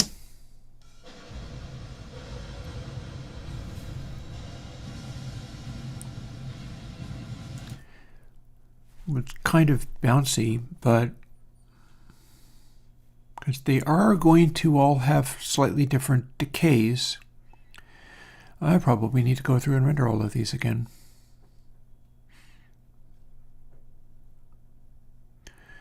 And then these 3s are all tending to show up as high performers.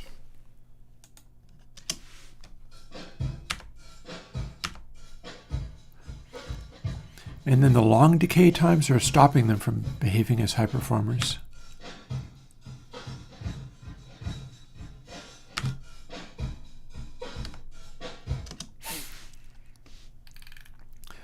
And then here are 6s and here are 4s. Those are the first ones I did. So reasonably okay, better, better, sort of okay, and then some uncertain.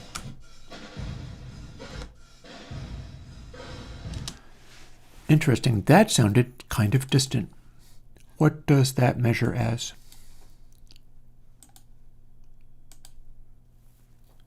I think if I get the dwell to match for all of these,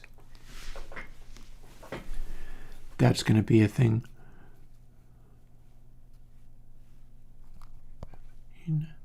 Minus. Oh boy, very high score. So this shows up as a top score.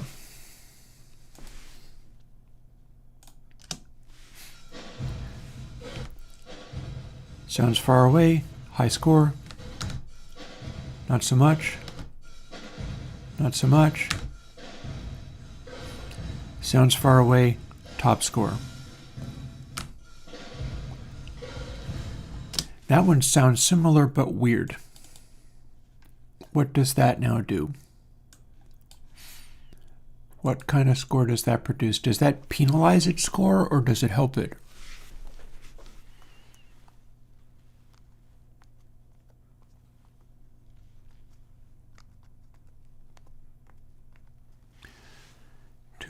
.71. So that is a sort of medium.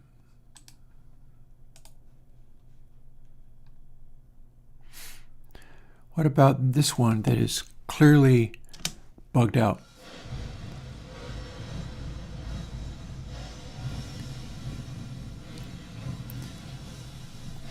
So that sounds like just clouds of fake reverb floating through the air. That sounds horrible. Does it measure horrible?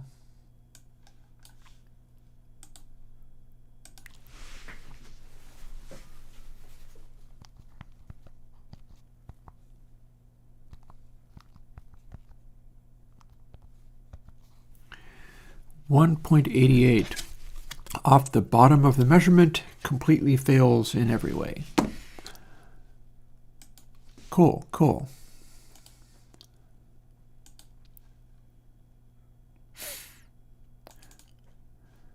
What about this weird one?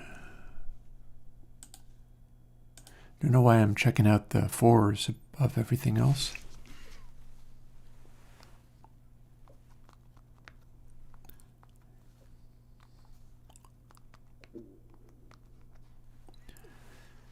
.6, that is another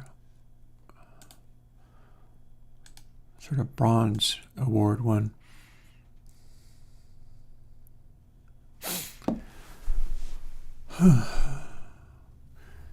So, horrible.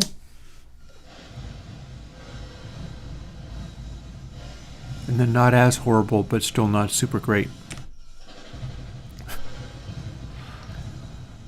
That's a funny sounding one. That's going to be another horrible.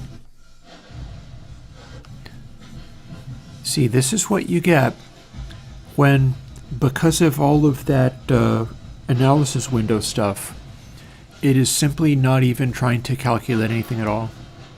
It doesn't know what it's doing.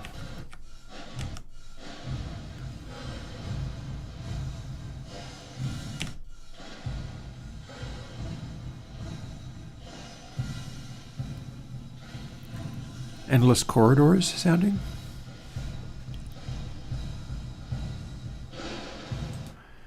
So certain things about that are good and certain things about that are terrible.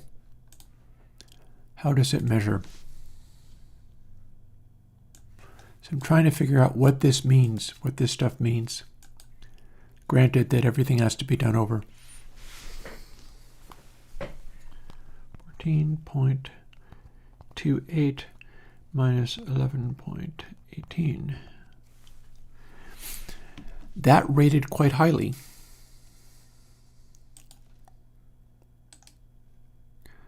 That one is supposedly kind of a winner.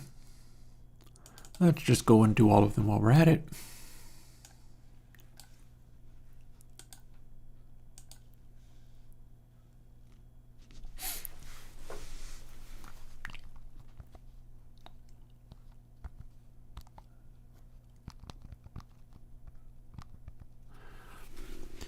2.92, that's orange.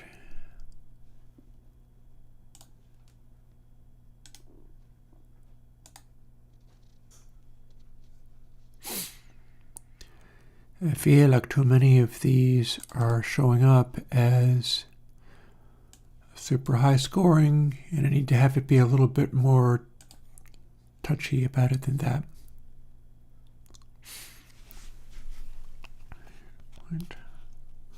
Oh no, 0.29. Look at that.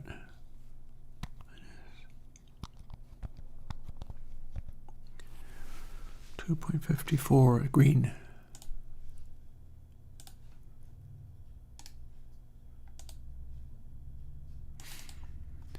Oh, that one was horrible, I remember. We'll make it be gray, so it at least shows up with the other ones.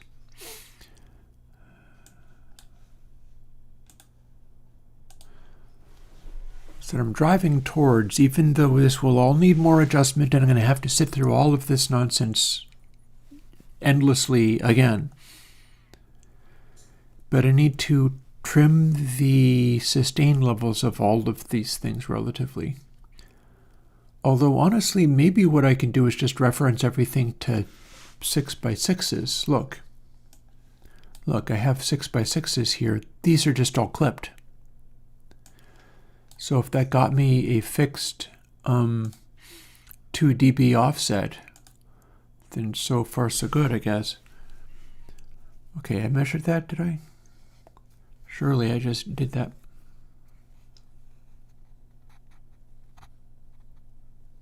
Looks about right.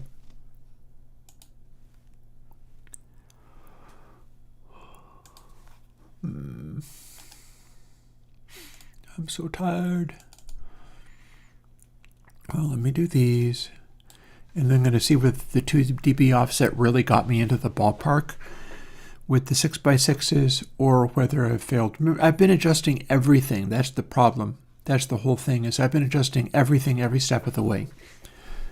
So it requires me to do the full Chris from Airwindows thing of just winging it. 2.15, so that's a purple. And if I remember correctly, yeah, this is one of the unimpressive ones. Almost done with the 4x4s. Then we're going to go and listen to just only the 4x4s. And then probably I'll go and do the 6x6s, and then I will call that part of it a day, because I cannot do these until I readjust the sustain levels of each of these. Ooh, this is a fail.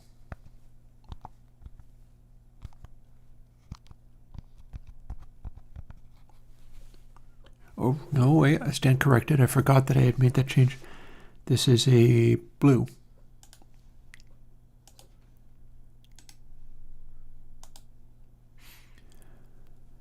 And 5's useless. No point even having them there. 3's are the opposite useless. All the 3's are coming in scored too high, and all the 5's are coming in scored too low. And it has to do with the 3's don't have enough sustain and the 5's have too much. They need to be done over. But I've got some of these that I can still check out, and we'll see whether or not this has any correlation to what I'm trying to measure. Not that anybody really has a measurement of LUFS minus max amounts to anything. That's just mine. That's just me trying to wing it and figuring out what I'm doing. 15.21 minus.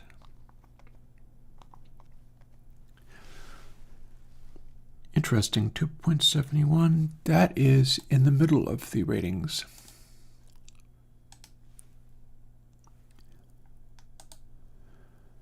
Having this window be fairly tight means I get more gradation between fairly subtle changes. 13.67 minus 11.40. 2.27. Okay, this is a blue. Neat. That's what I'm looking for, is a bunch of different measurements off of this. I'm trying to find the RMS level where it will give me that. 13.42 might even be able to get away with only doing the 3s and the 5s over. Where would I say? 10.54. Okay, there is a orange.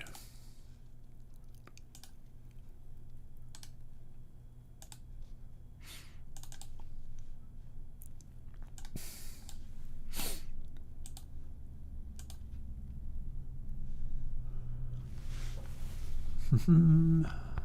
13.67 minus 2.43. It's a green. Neat. These are all tending to show up as sort of mid-range. That's good. That's actually good. I can probably pull back the sustain of the 4s a tiny bit. I'll try to keep track of this stuff for future reference because I'm not doing that on stream today. It would drive you mad. The amount of hours I'm going to have to put into this is just stupid. 89 minus 10.32, 2.57. That's another green. Interesting. They're really lining up, aren't they? This suggests I can make the other ones target this range, and it'll end up giving me relatively consistent values. They're all going to go a little harder or a little less hard based on what they are. And here we have what might be a high scorer. 2.9, it is a orange. I like how none of them have showed up as red yet. Because when I finish doing this, these are the only things that have tags. Meaning if I go ahead and end up with ones, oh no, a couple of them ended up with high scores, didn't they? 13.81. 2.13, so that is a purple. That is a low scoring one, but it hasn't completely fallen off the bottom. One more. Then we can explore a little bit over the last half hour or so. Given that I can't do all the things I wanted, but I can do some of them. 8.42 minus, ooh. Hello, super high score. That's super duper off the top of the charts. Red, it's a 6. And we hit this button. Boop. Here we have all of the 4s and all of the 6s lumped together and sorted by something. Let's start at the very bottom. And all this other stuff, it's either 3s or 5s. And I already know that those need correction. Those need to be rendered over again so that I can tune the sustain levels of them. But this, on the other hand, and I bet I can tune the sustain levels using just a bunch of these at random. And if they're consistently coming out as, because remember, some of the 6s, but not all of them, were clipping and had to be normalized down. The 3s had to be normalized up. And if I think that the 4s were needing to be normalized down lots. But anyway, so let's start with lousy, bad, horrible, rotten.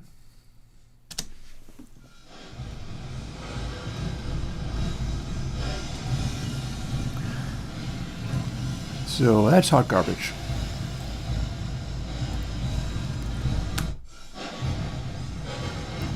Also not good.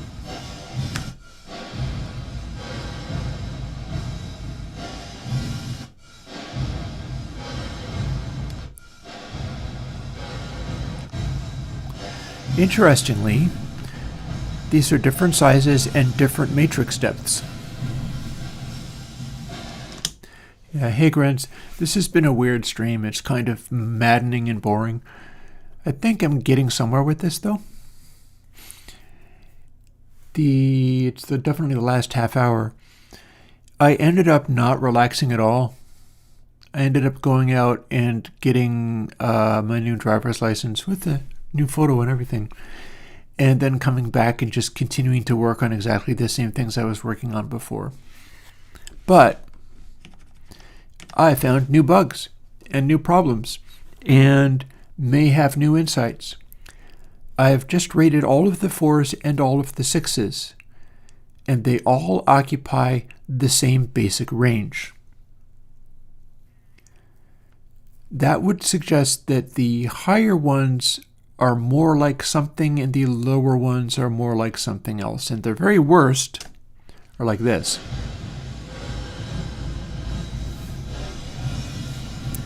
So let's just step up to the top and then back down again.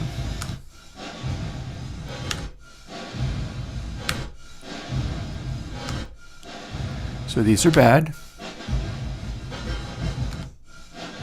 That was weird.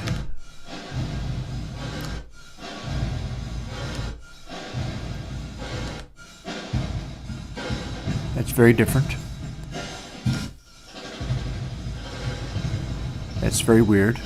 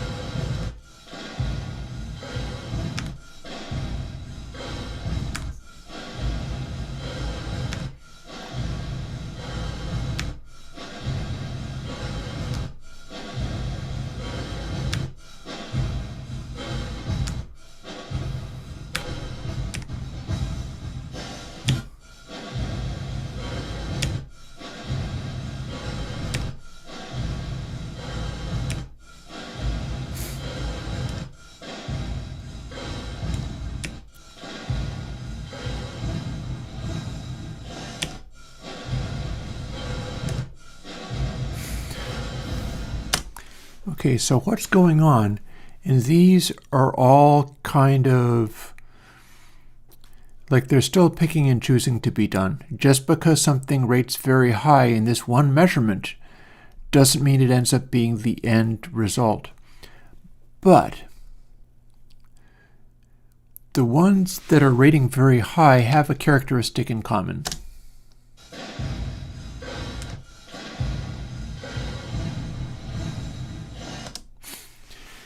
They end up having a distribution of energy where the energy seems to be somehow more confined. It can sound like a weird flutter echo, but it doesn't really have the capacity to make big washy lumps of reverb go whoa, whoa, whoa, whoa, whoa, all over the place. Whereas the ones that are very low rated, like this,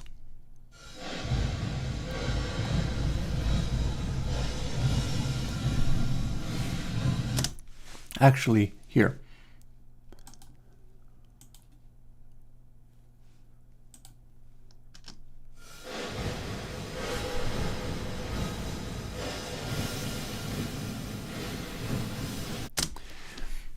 That's what I'm talking about. I needed you to be able to hear the stereo image of it because it's the stereo image that goes. And yeah, at the top, we've got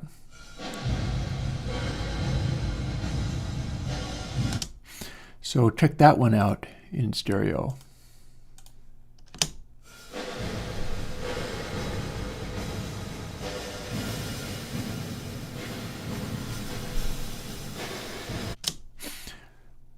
So note that what I have happening is once I let you hear the stereo-ness of it rather than hear it only over this microphone that I'm speaking into, the ones that are really good, the hard left and hard right stuff that I'm doing interacts with the way that the channels are feeding into each other to produce a realistic stereo space. The bad ones have garbage stereo space. So let's see if I got a good example.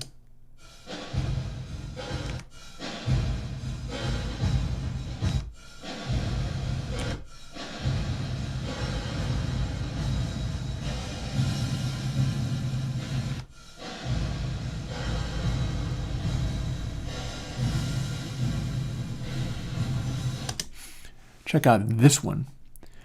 This one sounds even more distant, but the stereo space is very convincing.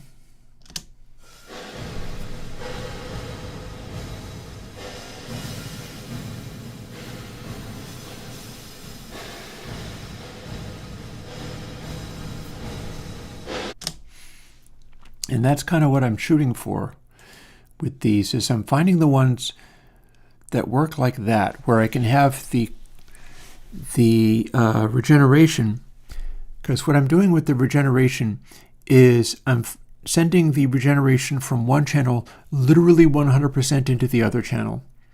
And the reason I'm doing that is I started finding out that if I split them around and didn't fully recombine, it started making weird side effects.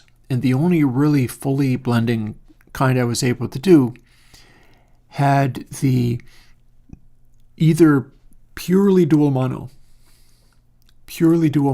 or pure all of left goes into all of right, goes into all of left, just back and forth.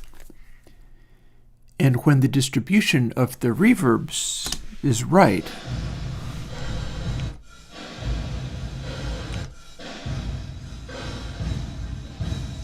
like here's a 4. This is a 4x4 reverb that does the same thing. Check it out.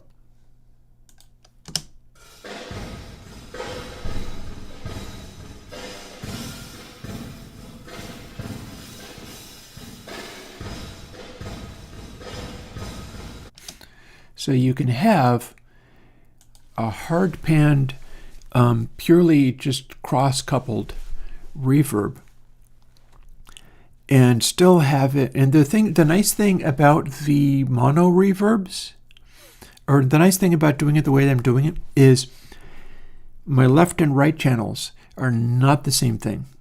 One is going through the matrix sideways and the other one is going through the matrix up and down. So they have different distributions of delays, meaning that if you send a perfectly mono signal, it will create false stereo. And if they are done just right, like with this stuff here, it convincingly makes it sound as if it is a stereo room when you're feeding just only hard left and hard right into it. Like what's being sent into that, I can show you the track.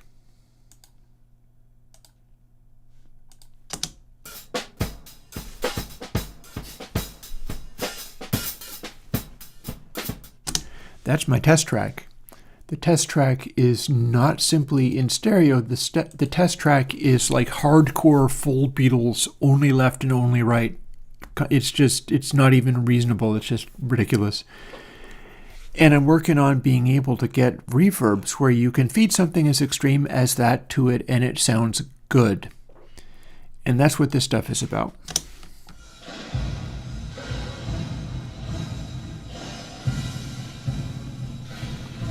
Which is true even for something weird like this one. Here's one of those sort of slapbacky sounding ones, and yet it still sounds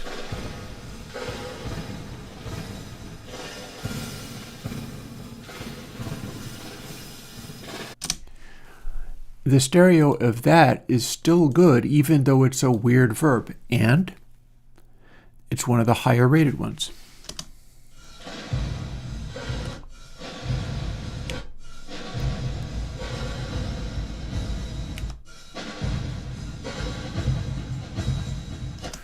Whereas if the lower rated ones, here's one that's not nearly as good.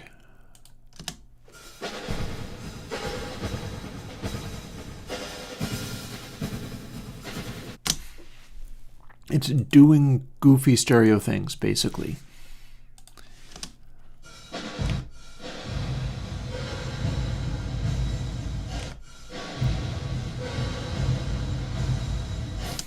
And just to beneath it, here's another one where this is a convincing stereo image out of just raw mono.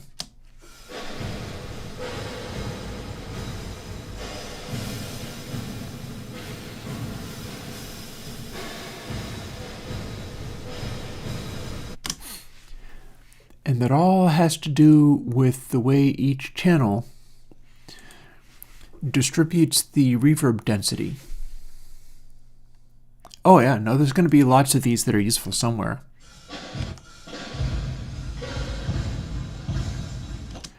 Like, this is the one that sounds... I'm going to show you this one. Check it out. This one is kind of like an acceptable stereo image, but this is the one that sounds really goofy. It's essentially like if a spring reverb was a room. It's stupid. Check it out.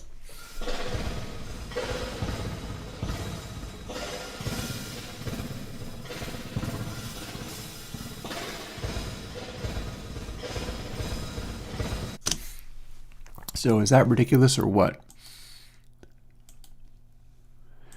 And these are the kinds of things that my reverb generator is spitting out.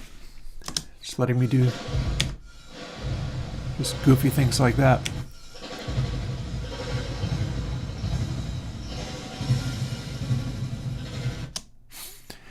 This one sounds like it is almost a left to right flutter echo or something.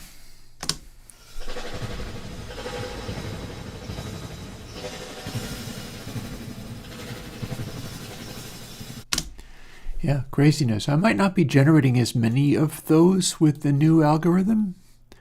That's probably a side effect of it glitching and flaking out, which is why I marked it so that I'd remember it did that. Like, if I can't make any more of those, then I at least have that one to play with.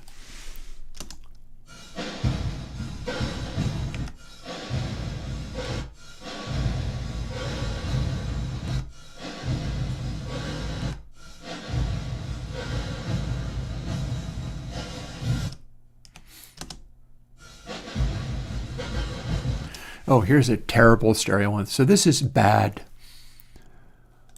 Wouldn't be able to use this, but this is an example of why this rate's much lower than the ones that we're rating very high.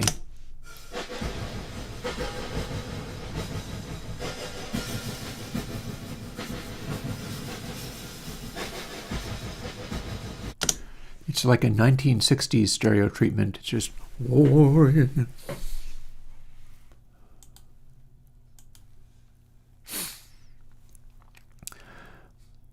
And then when I actually manage to measure them or re-render them, we've got all of this kind of stuff.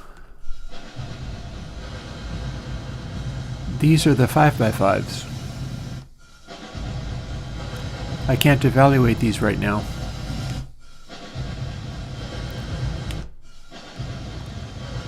It's basically sustaining too much.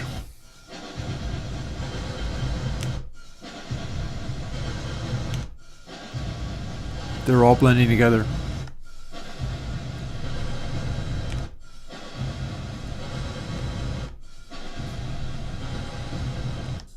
Yeah. Yeah, and I can fix this. I can fix this. I don't know yet how they sound in headphones.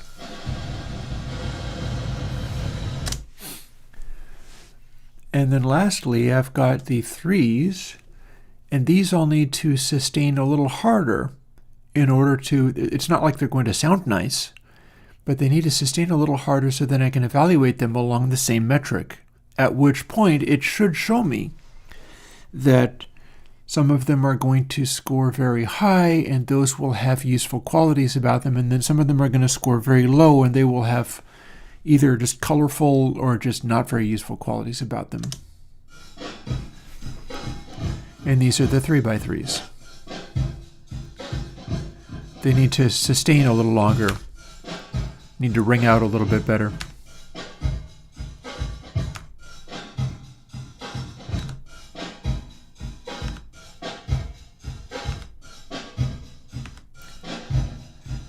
See, that one's sustaining a little better.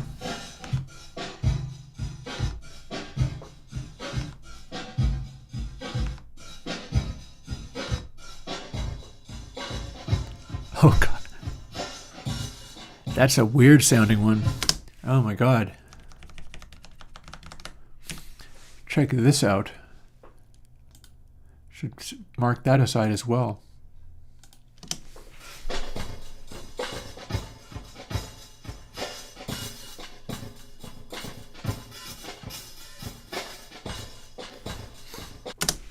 That's very weird. That's like a Brian Eno treatment.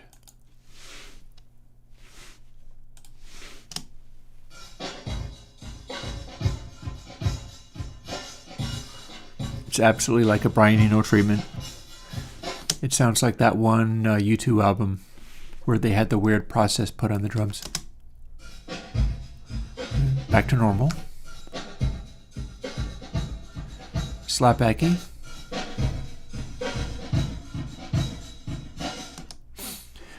And yeah, so I've got all of these things to experiment with and can probably make notes as to which things do what. In particular, I think I can evaluate which of these are already sustaining the most so that I can target that particular one and zoom in on it a little bit more. Because that's really what's going on here, is I need to find the ones that are sustaining the most and then tune that so that they're more in the ballpark of each other. And that probably means doing all the fours over again. I think my range of sixes is probably good. Although maybe not, because like these, there's 4 rated as red, which was my high score. I know, right? Well, I mean, if I don't do this, who will? Do you think like ChatGPT is going to think of any of this stuff? No, because nobody's done these things, because a lot of them are dumb, stupid, and ridiculous. But it's about whether I try the things and then am able to observe enough about it that I put together concepts like subtract max from LUFS, and it correlates to something, which is easily thrown off by the delay time or the amount of RT60 on the reverb. But then if the RT60 is in check and consistent among different reverb sizes, I've got something that can analyze drastically different matrix sizes in kind with each other. And that's why I'm up to all this. That's why I'm making the effort for this stuff. Honestly, all of these could scale back a bit. When I go with the tags, I have like 8 that are rating as the top scores. And these subnumbers mean nothing. It's just these 8 are the high scorers, and then there's only 5 in orange and only 4 in yellow, 6 in green, 2 in blue, 2 in purple. That tells me everything needs to be dialed back a little bit. And I can tell you how that would be done. Oh yeah, moderate cost. I dragged the laptop out again. The final 15 minutes, I'll at least get a start on this. I'm not going to go late. Pardon the noise. Thwack.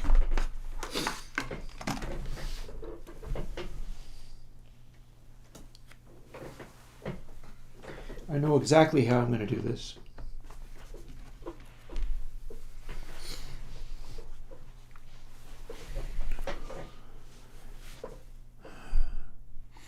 What I need to do is run various ones of these, probably including these high scorers. Those are probably the ones I'm going to be interested in order to bring all of Shuttle over.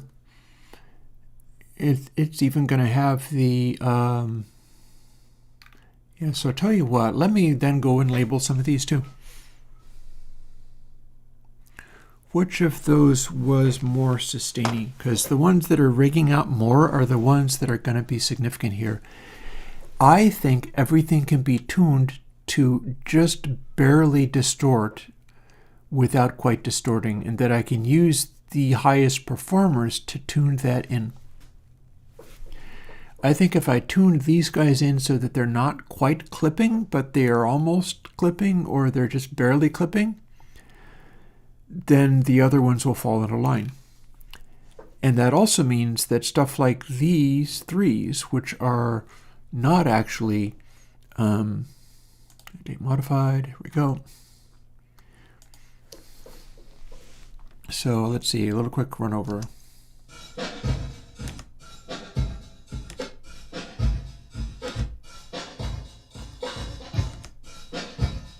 That's just weird. So which of you sound the most like a reverb? Not that one. Maybe that one?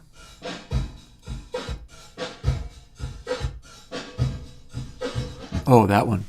That's one of the louder ones. I can already tell. I heard a little more sustain on that.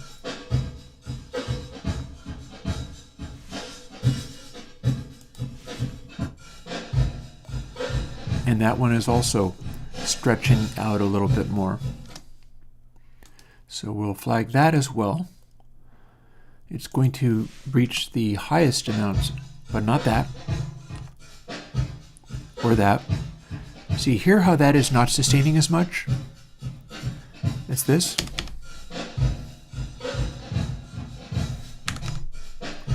It's just not stretching out. Or that.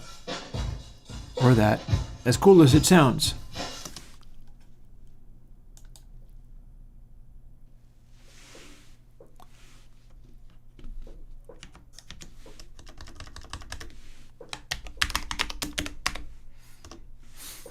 So that gets a special name all its own, because I might use it for something, because it's so weird. But yeah, so those guys tend to be too short, but those ones are the loudest and longest sounding ones. So if I increase the regen of those up until they are reaching the point of clipping when I run it, that'll be something. And then these fives, which of them are most sustaining? They're all far too sustaining.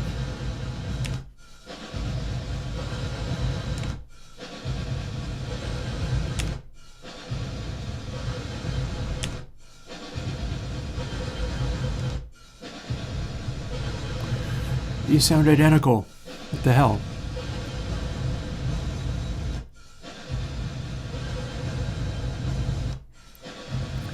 Gotta hand it to the 5x5 matrix though.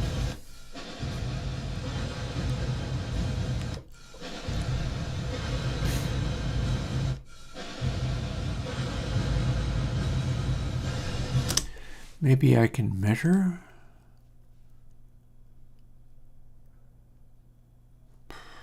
Not likely. Let's eyeball them. Okay, that looks bigger than the previous.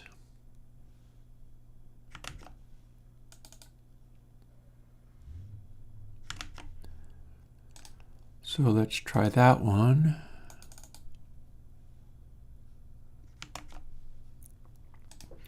That one also looks kind of big.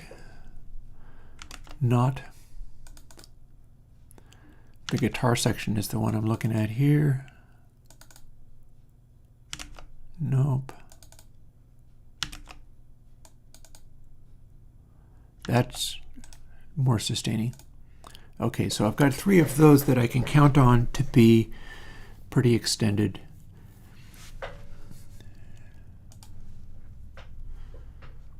So now I can get a little bit of a start on this before breaking for tacos and saying goodnight to the stream. So, with about 10 minutes, we can go back over to this place, but with a twist.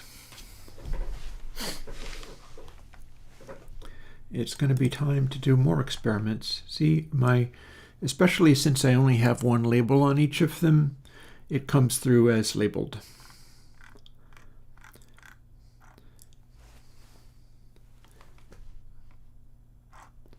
And all of this is represented in verbs text, although it's not indicated in any special way, but won't need to be.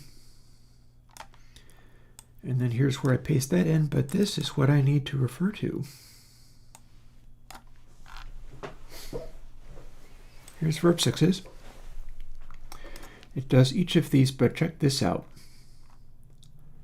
This regen stuff is pretty similar, but it's not quite similar. And that's where the challenge arises. I thought I had a formula where variations on, and this is being used not only for the feedback, but also for the output level trim. So it should be very responsive. What I have going on here is one of the shifting of bit gain levels, but it's close to a third. I had it set up so if you have the gain level and then one 6 dB increment louder, and then it's 2 of these and 1 of those, multiplied by 0.3333333333, that's infinite sustain. I don't know why, but it kind of is. It just worked out that way. And then the 0.3125 is consistent across every other one of those, but it doesn't have to be. That's the part I can trim. And again, it could go to 0.33333, and that would essentially be infinite sustain. And the end result will end up having a regen control on there. So you can make it be tighter, you can make it sustain longer. All that's adaptable, but we need to measure and calibrate it. So a little quick look into this world, I think. So here's where we paste stuff in. Here's the stuff that we are pasting in. Let's start with evaluating one of these 6's, like 606. 606 6 matrix. And I don't think that's where we find it. Nope, I went too far. I scrolled too far. Here we go. So if we paste this in, quickly evaluate it.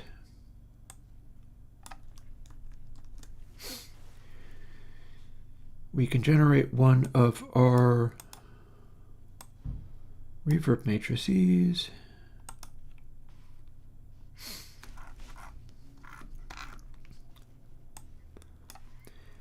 And then if we fire it up, here's what's going to happen. We now have a 6x6 matrix. And it is going to generate, you're hearing it on the laptop, this. But what I think we're going to see, check this out. Analyze. If I use this as my reference point, it's going to tell me I need to turn the gain down a little bit. See? Peak amplitude, 2.51 dB. It's clipping. So let's just do a quick adjustment.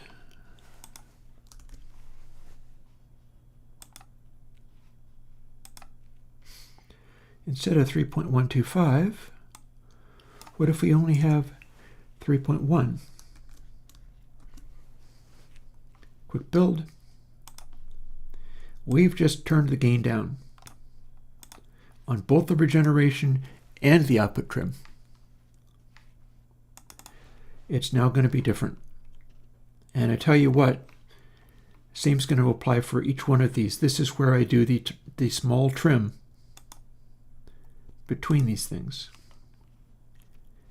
It has less sustain, it has less output level, and it's still going to be clipping, but perhaps not as much. It was 2.5 something. 2.25. Let me scoot this over so that I can see. So we did go down a little bit, but we could go more. it should work.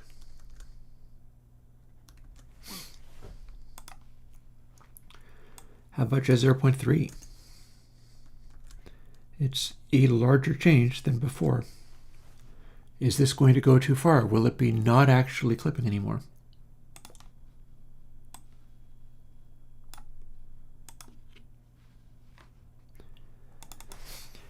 One way to find out. With 5 minutes left on stream, we are really doing the science. Science being the stuff that you don't know how it's going to go. We took it quite a bit down. And analyze. How close are we to just kissing clipping without going farther? Peak amplitude 1.43. And if we listen to just part of it,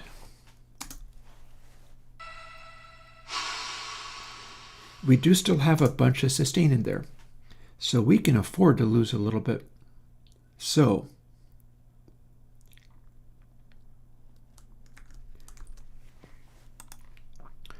.3 apparently not. Let's go hard. 0.25.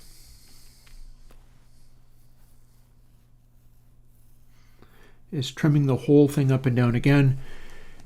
0.333333, etc. is pretty near close to infinite sustain. For all of these, they seem to work about that way. So it's just a question of how much do I have to pull them each back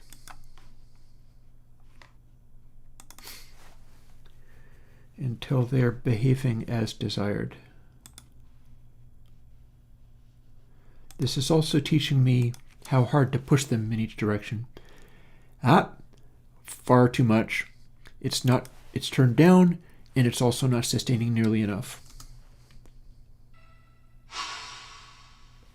You can kind of hear it, but that's never going to do. So, 2.5, no, but 3 also no. So let's split the difference. We'll zero in on it.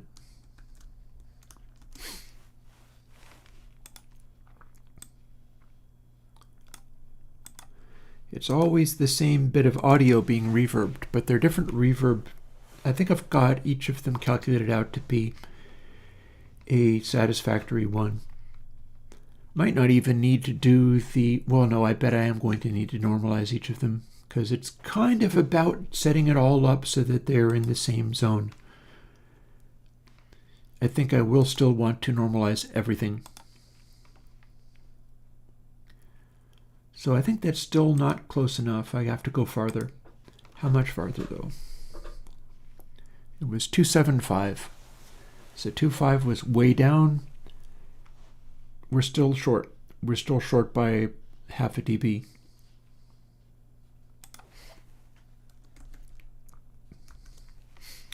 So let's just go to 2.9 and see where that gets us.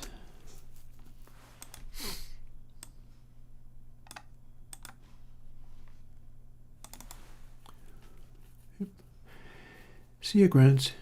I'll probably be able to stream longer on Thursday. Although it might be just like, I'm exhausted, I'm collapsing, I'm not doing anything useful. Which would be fine. I get occasional ones of those. Now what are we looking at? I think we're getting close to the target.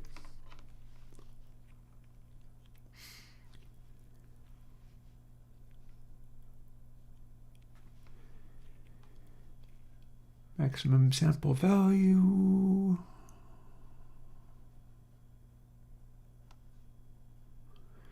It's 0.064. Okay, so I want peak amplitude to be 0, like literal 0. So let's make that happen.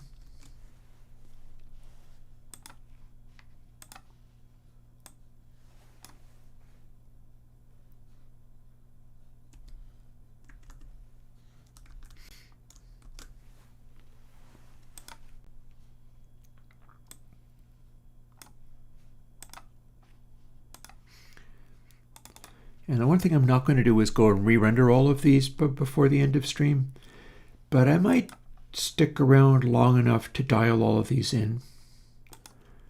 Because if I can get them in the zone, that's probably all I need. I probably won't need anything more.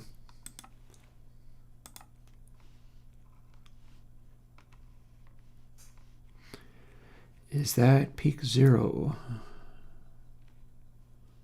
It's 0.044. Half a dB. Actually less than half a dB. Okay, so you need to become just a bit quieter. How about this much quieter? 287.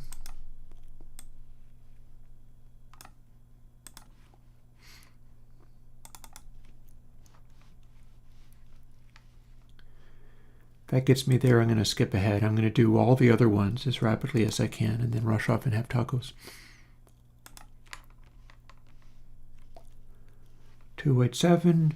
I see down here that looks like it's clipping, so it's probably in the zone.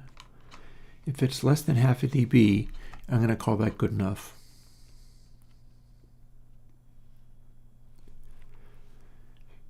Less than half a dB. Because they're all going to vary in between themselves. They're all going to be a little bit different.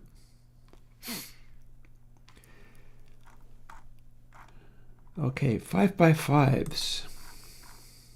These are going to come in way too loud. Which one do I want? How about 862? It's staring me right in the face.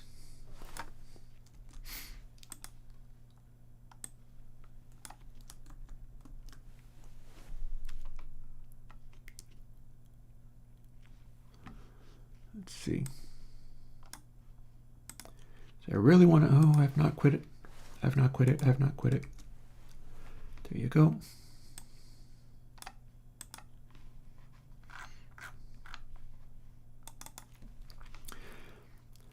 If my calculations are correct, what with the amount of sustain on this, this is going to end up being extremely saturated and way louder than it has to be.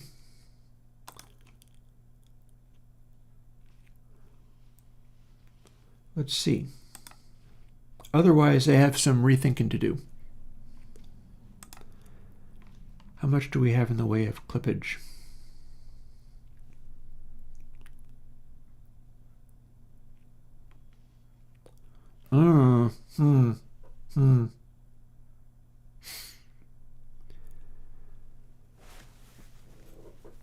So this has got to be a factor of how the 5x5 works. All these matrices are slightly different.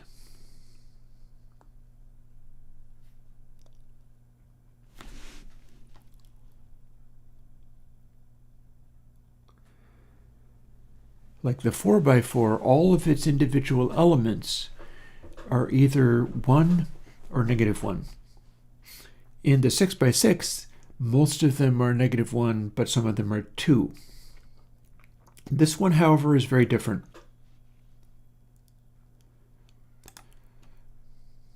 So what can we do to doctor this? What's going on?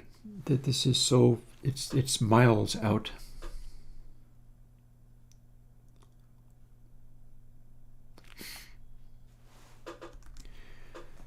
I don't know, but this is a time to go and look and find out.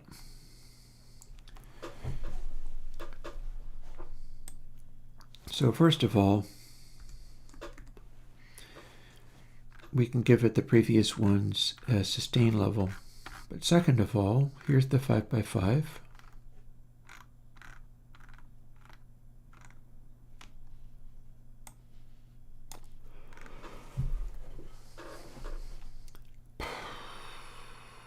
So what if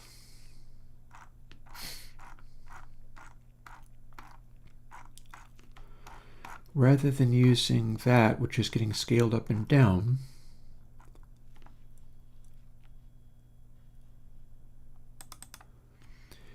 we use this, which is like that but louder.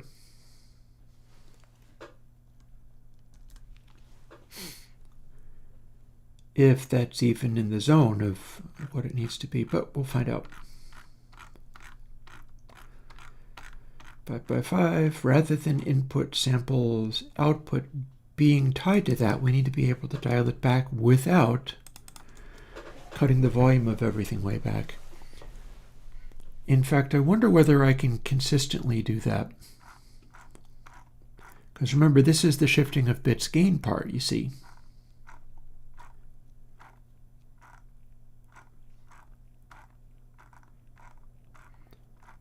So what would happen if this one's output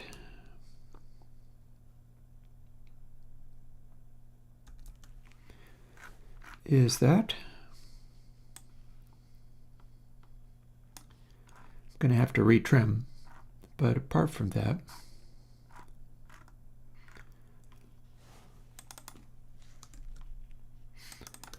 so that's very close, but it's a shifting of bits gain.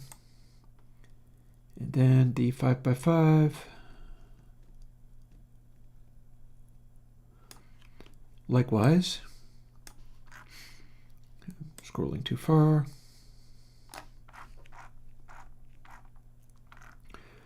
And I'll be ready to do the 4x4 likewise.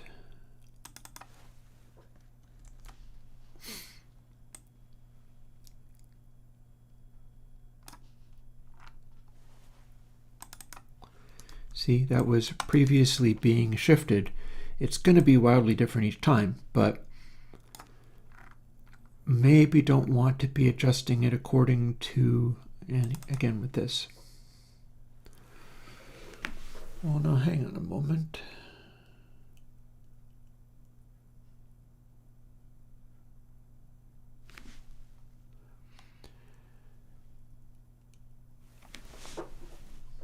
I've got this backwards.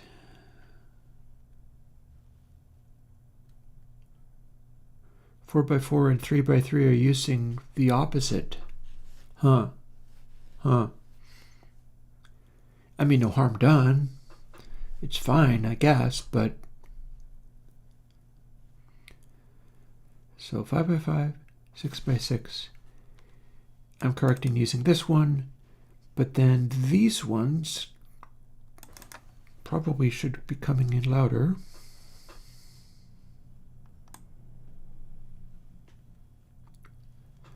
Four by four, where are you?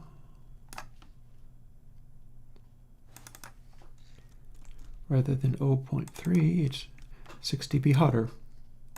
And that will let me have less sustain on it. And then 3x3 becomes this.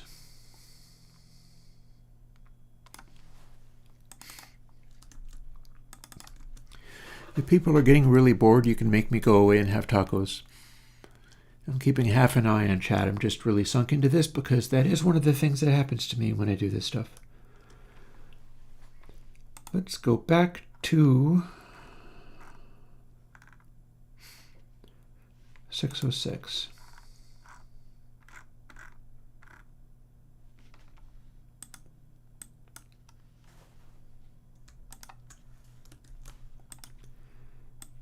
We are backtracking, but it's for good reason.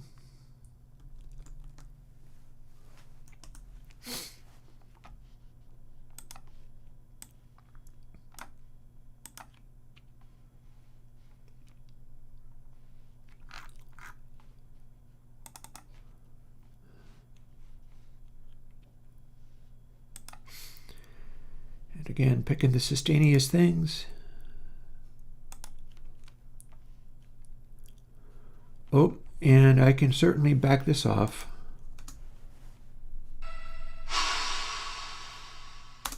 That can be backed off. I can instantly tell.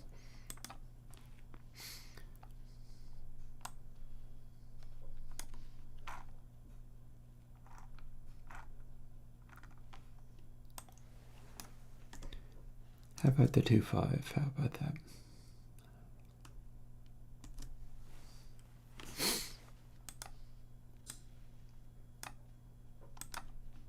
Ah, damn it, I keep forgetting. You can't do that.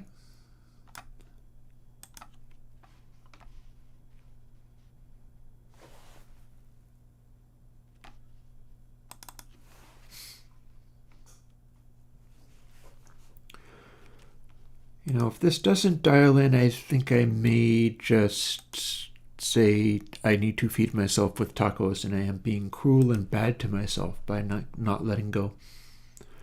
Let's see how this goes. If it's really far off, I should probably give it a miss. I mean, I've been doing this for days and days and days and days.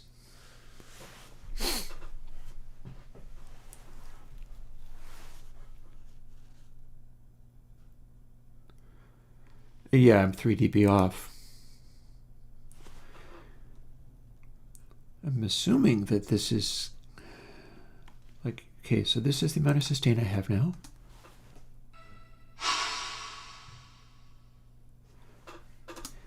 That's pretty legit.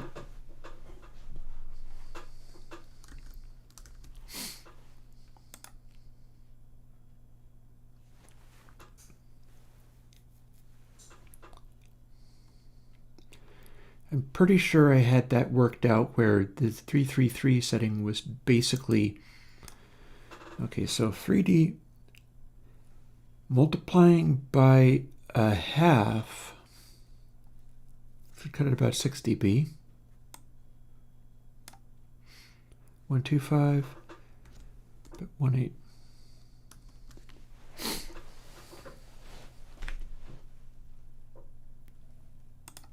Mm-hmm.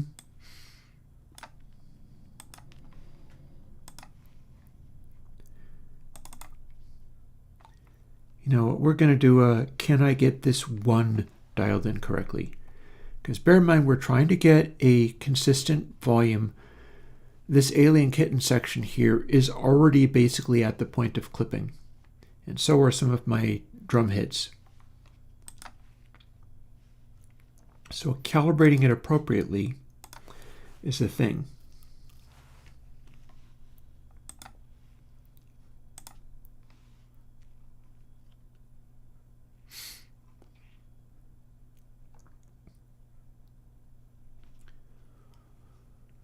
It's 2.47 off.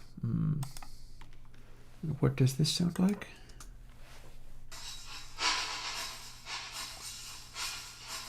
Okay, now it doesn't have any sustain anymore.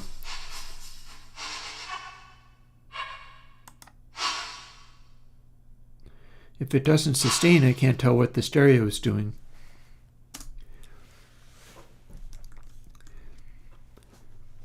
Okay, you know what?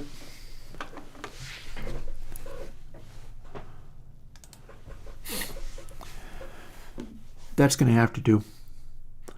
If I don't call a halt to this, I will not eat. And I haven't drunk enough coffee to really run on this any longer. I'll probably put a bunch of these things back and just kind of explore my way towards getting it to work. I know what I needed to do. So it's going to be 2 separate adjustments. One of the adjustments is dialing in the output level, which I can probably do by cutting the regeneration to like 0. And the other one is making the regeneration all be consistent. And I don't know whether the fooling around with the thirds thing that I was doing is really going to get there. But, you know, I have a basic idea as to how I can go about getting it to work. And this was a short day because I spent an hour at the DMV getting my driver's license fixed up, so there's really nothing more I can do here. Oh, yeah, no, I'll get there. You best believe I'll get there. It's a question of how badly I'm willing to hurt myself in the process of doing it. And one of the things about, like, doing this stuff for people is you guys don't want me to hurt myself. You would prefer me to be happy and thrive. Sometimes that means I have to let it go unfinished at the end of a workday. But I'll be back, and I'm going to make copious notes as to what I need to do in order to dial this in. I remember what it needed. I remember that it needed, like, some of the things needed to sustain less, and the volume levels need to be different and stuff, and I'm pretty sure I can sort it out. I'm working on the same piece of audio each time. I think that's doable. So on that note, I'll talk to you later, and I'll see you on Thursday. It is possible that I will choose Thursday, like, Remember, this is the one I wanted to give people literally next week. So I'm kind of chafing at the idea of not being able to do that. I do have other stuff that I can give for next week, but I'm kind of chafing at not being able to deliver this after I've been spending weeks on end trying to get it all together. We'll see. You'll still be there when I get it finished. And I am getting paid to do this work. Patreon, folks, keeps me going. And on that note, I'll talk to you later. I'm going to go off and have my tacos like a good little pony. Bye-bye.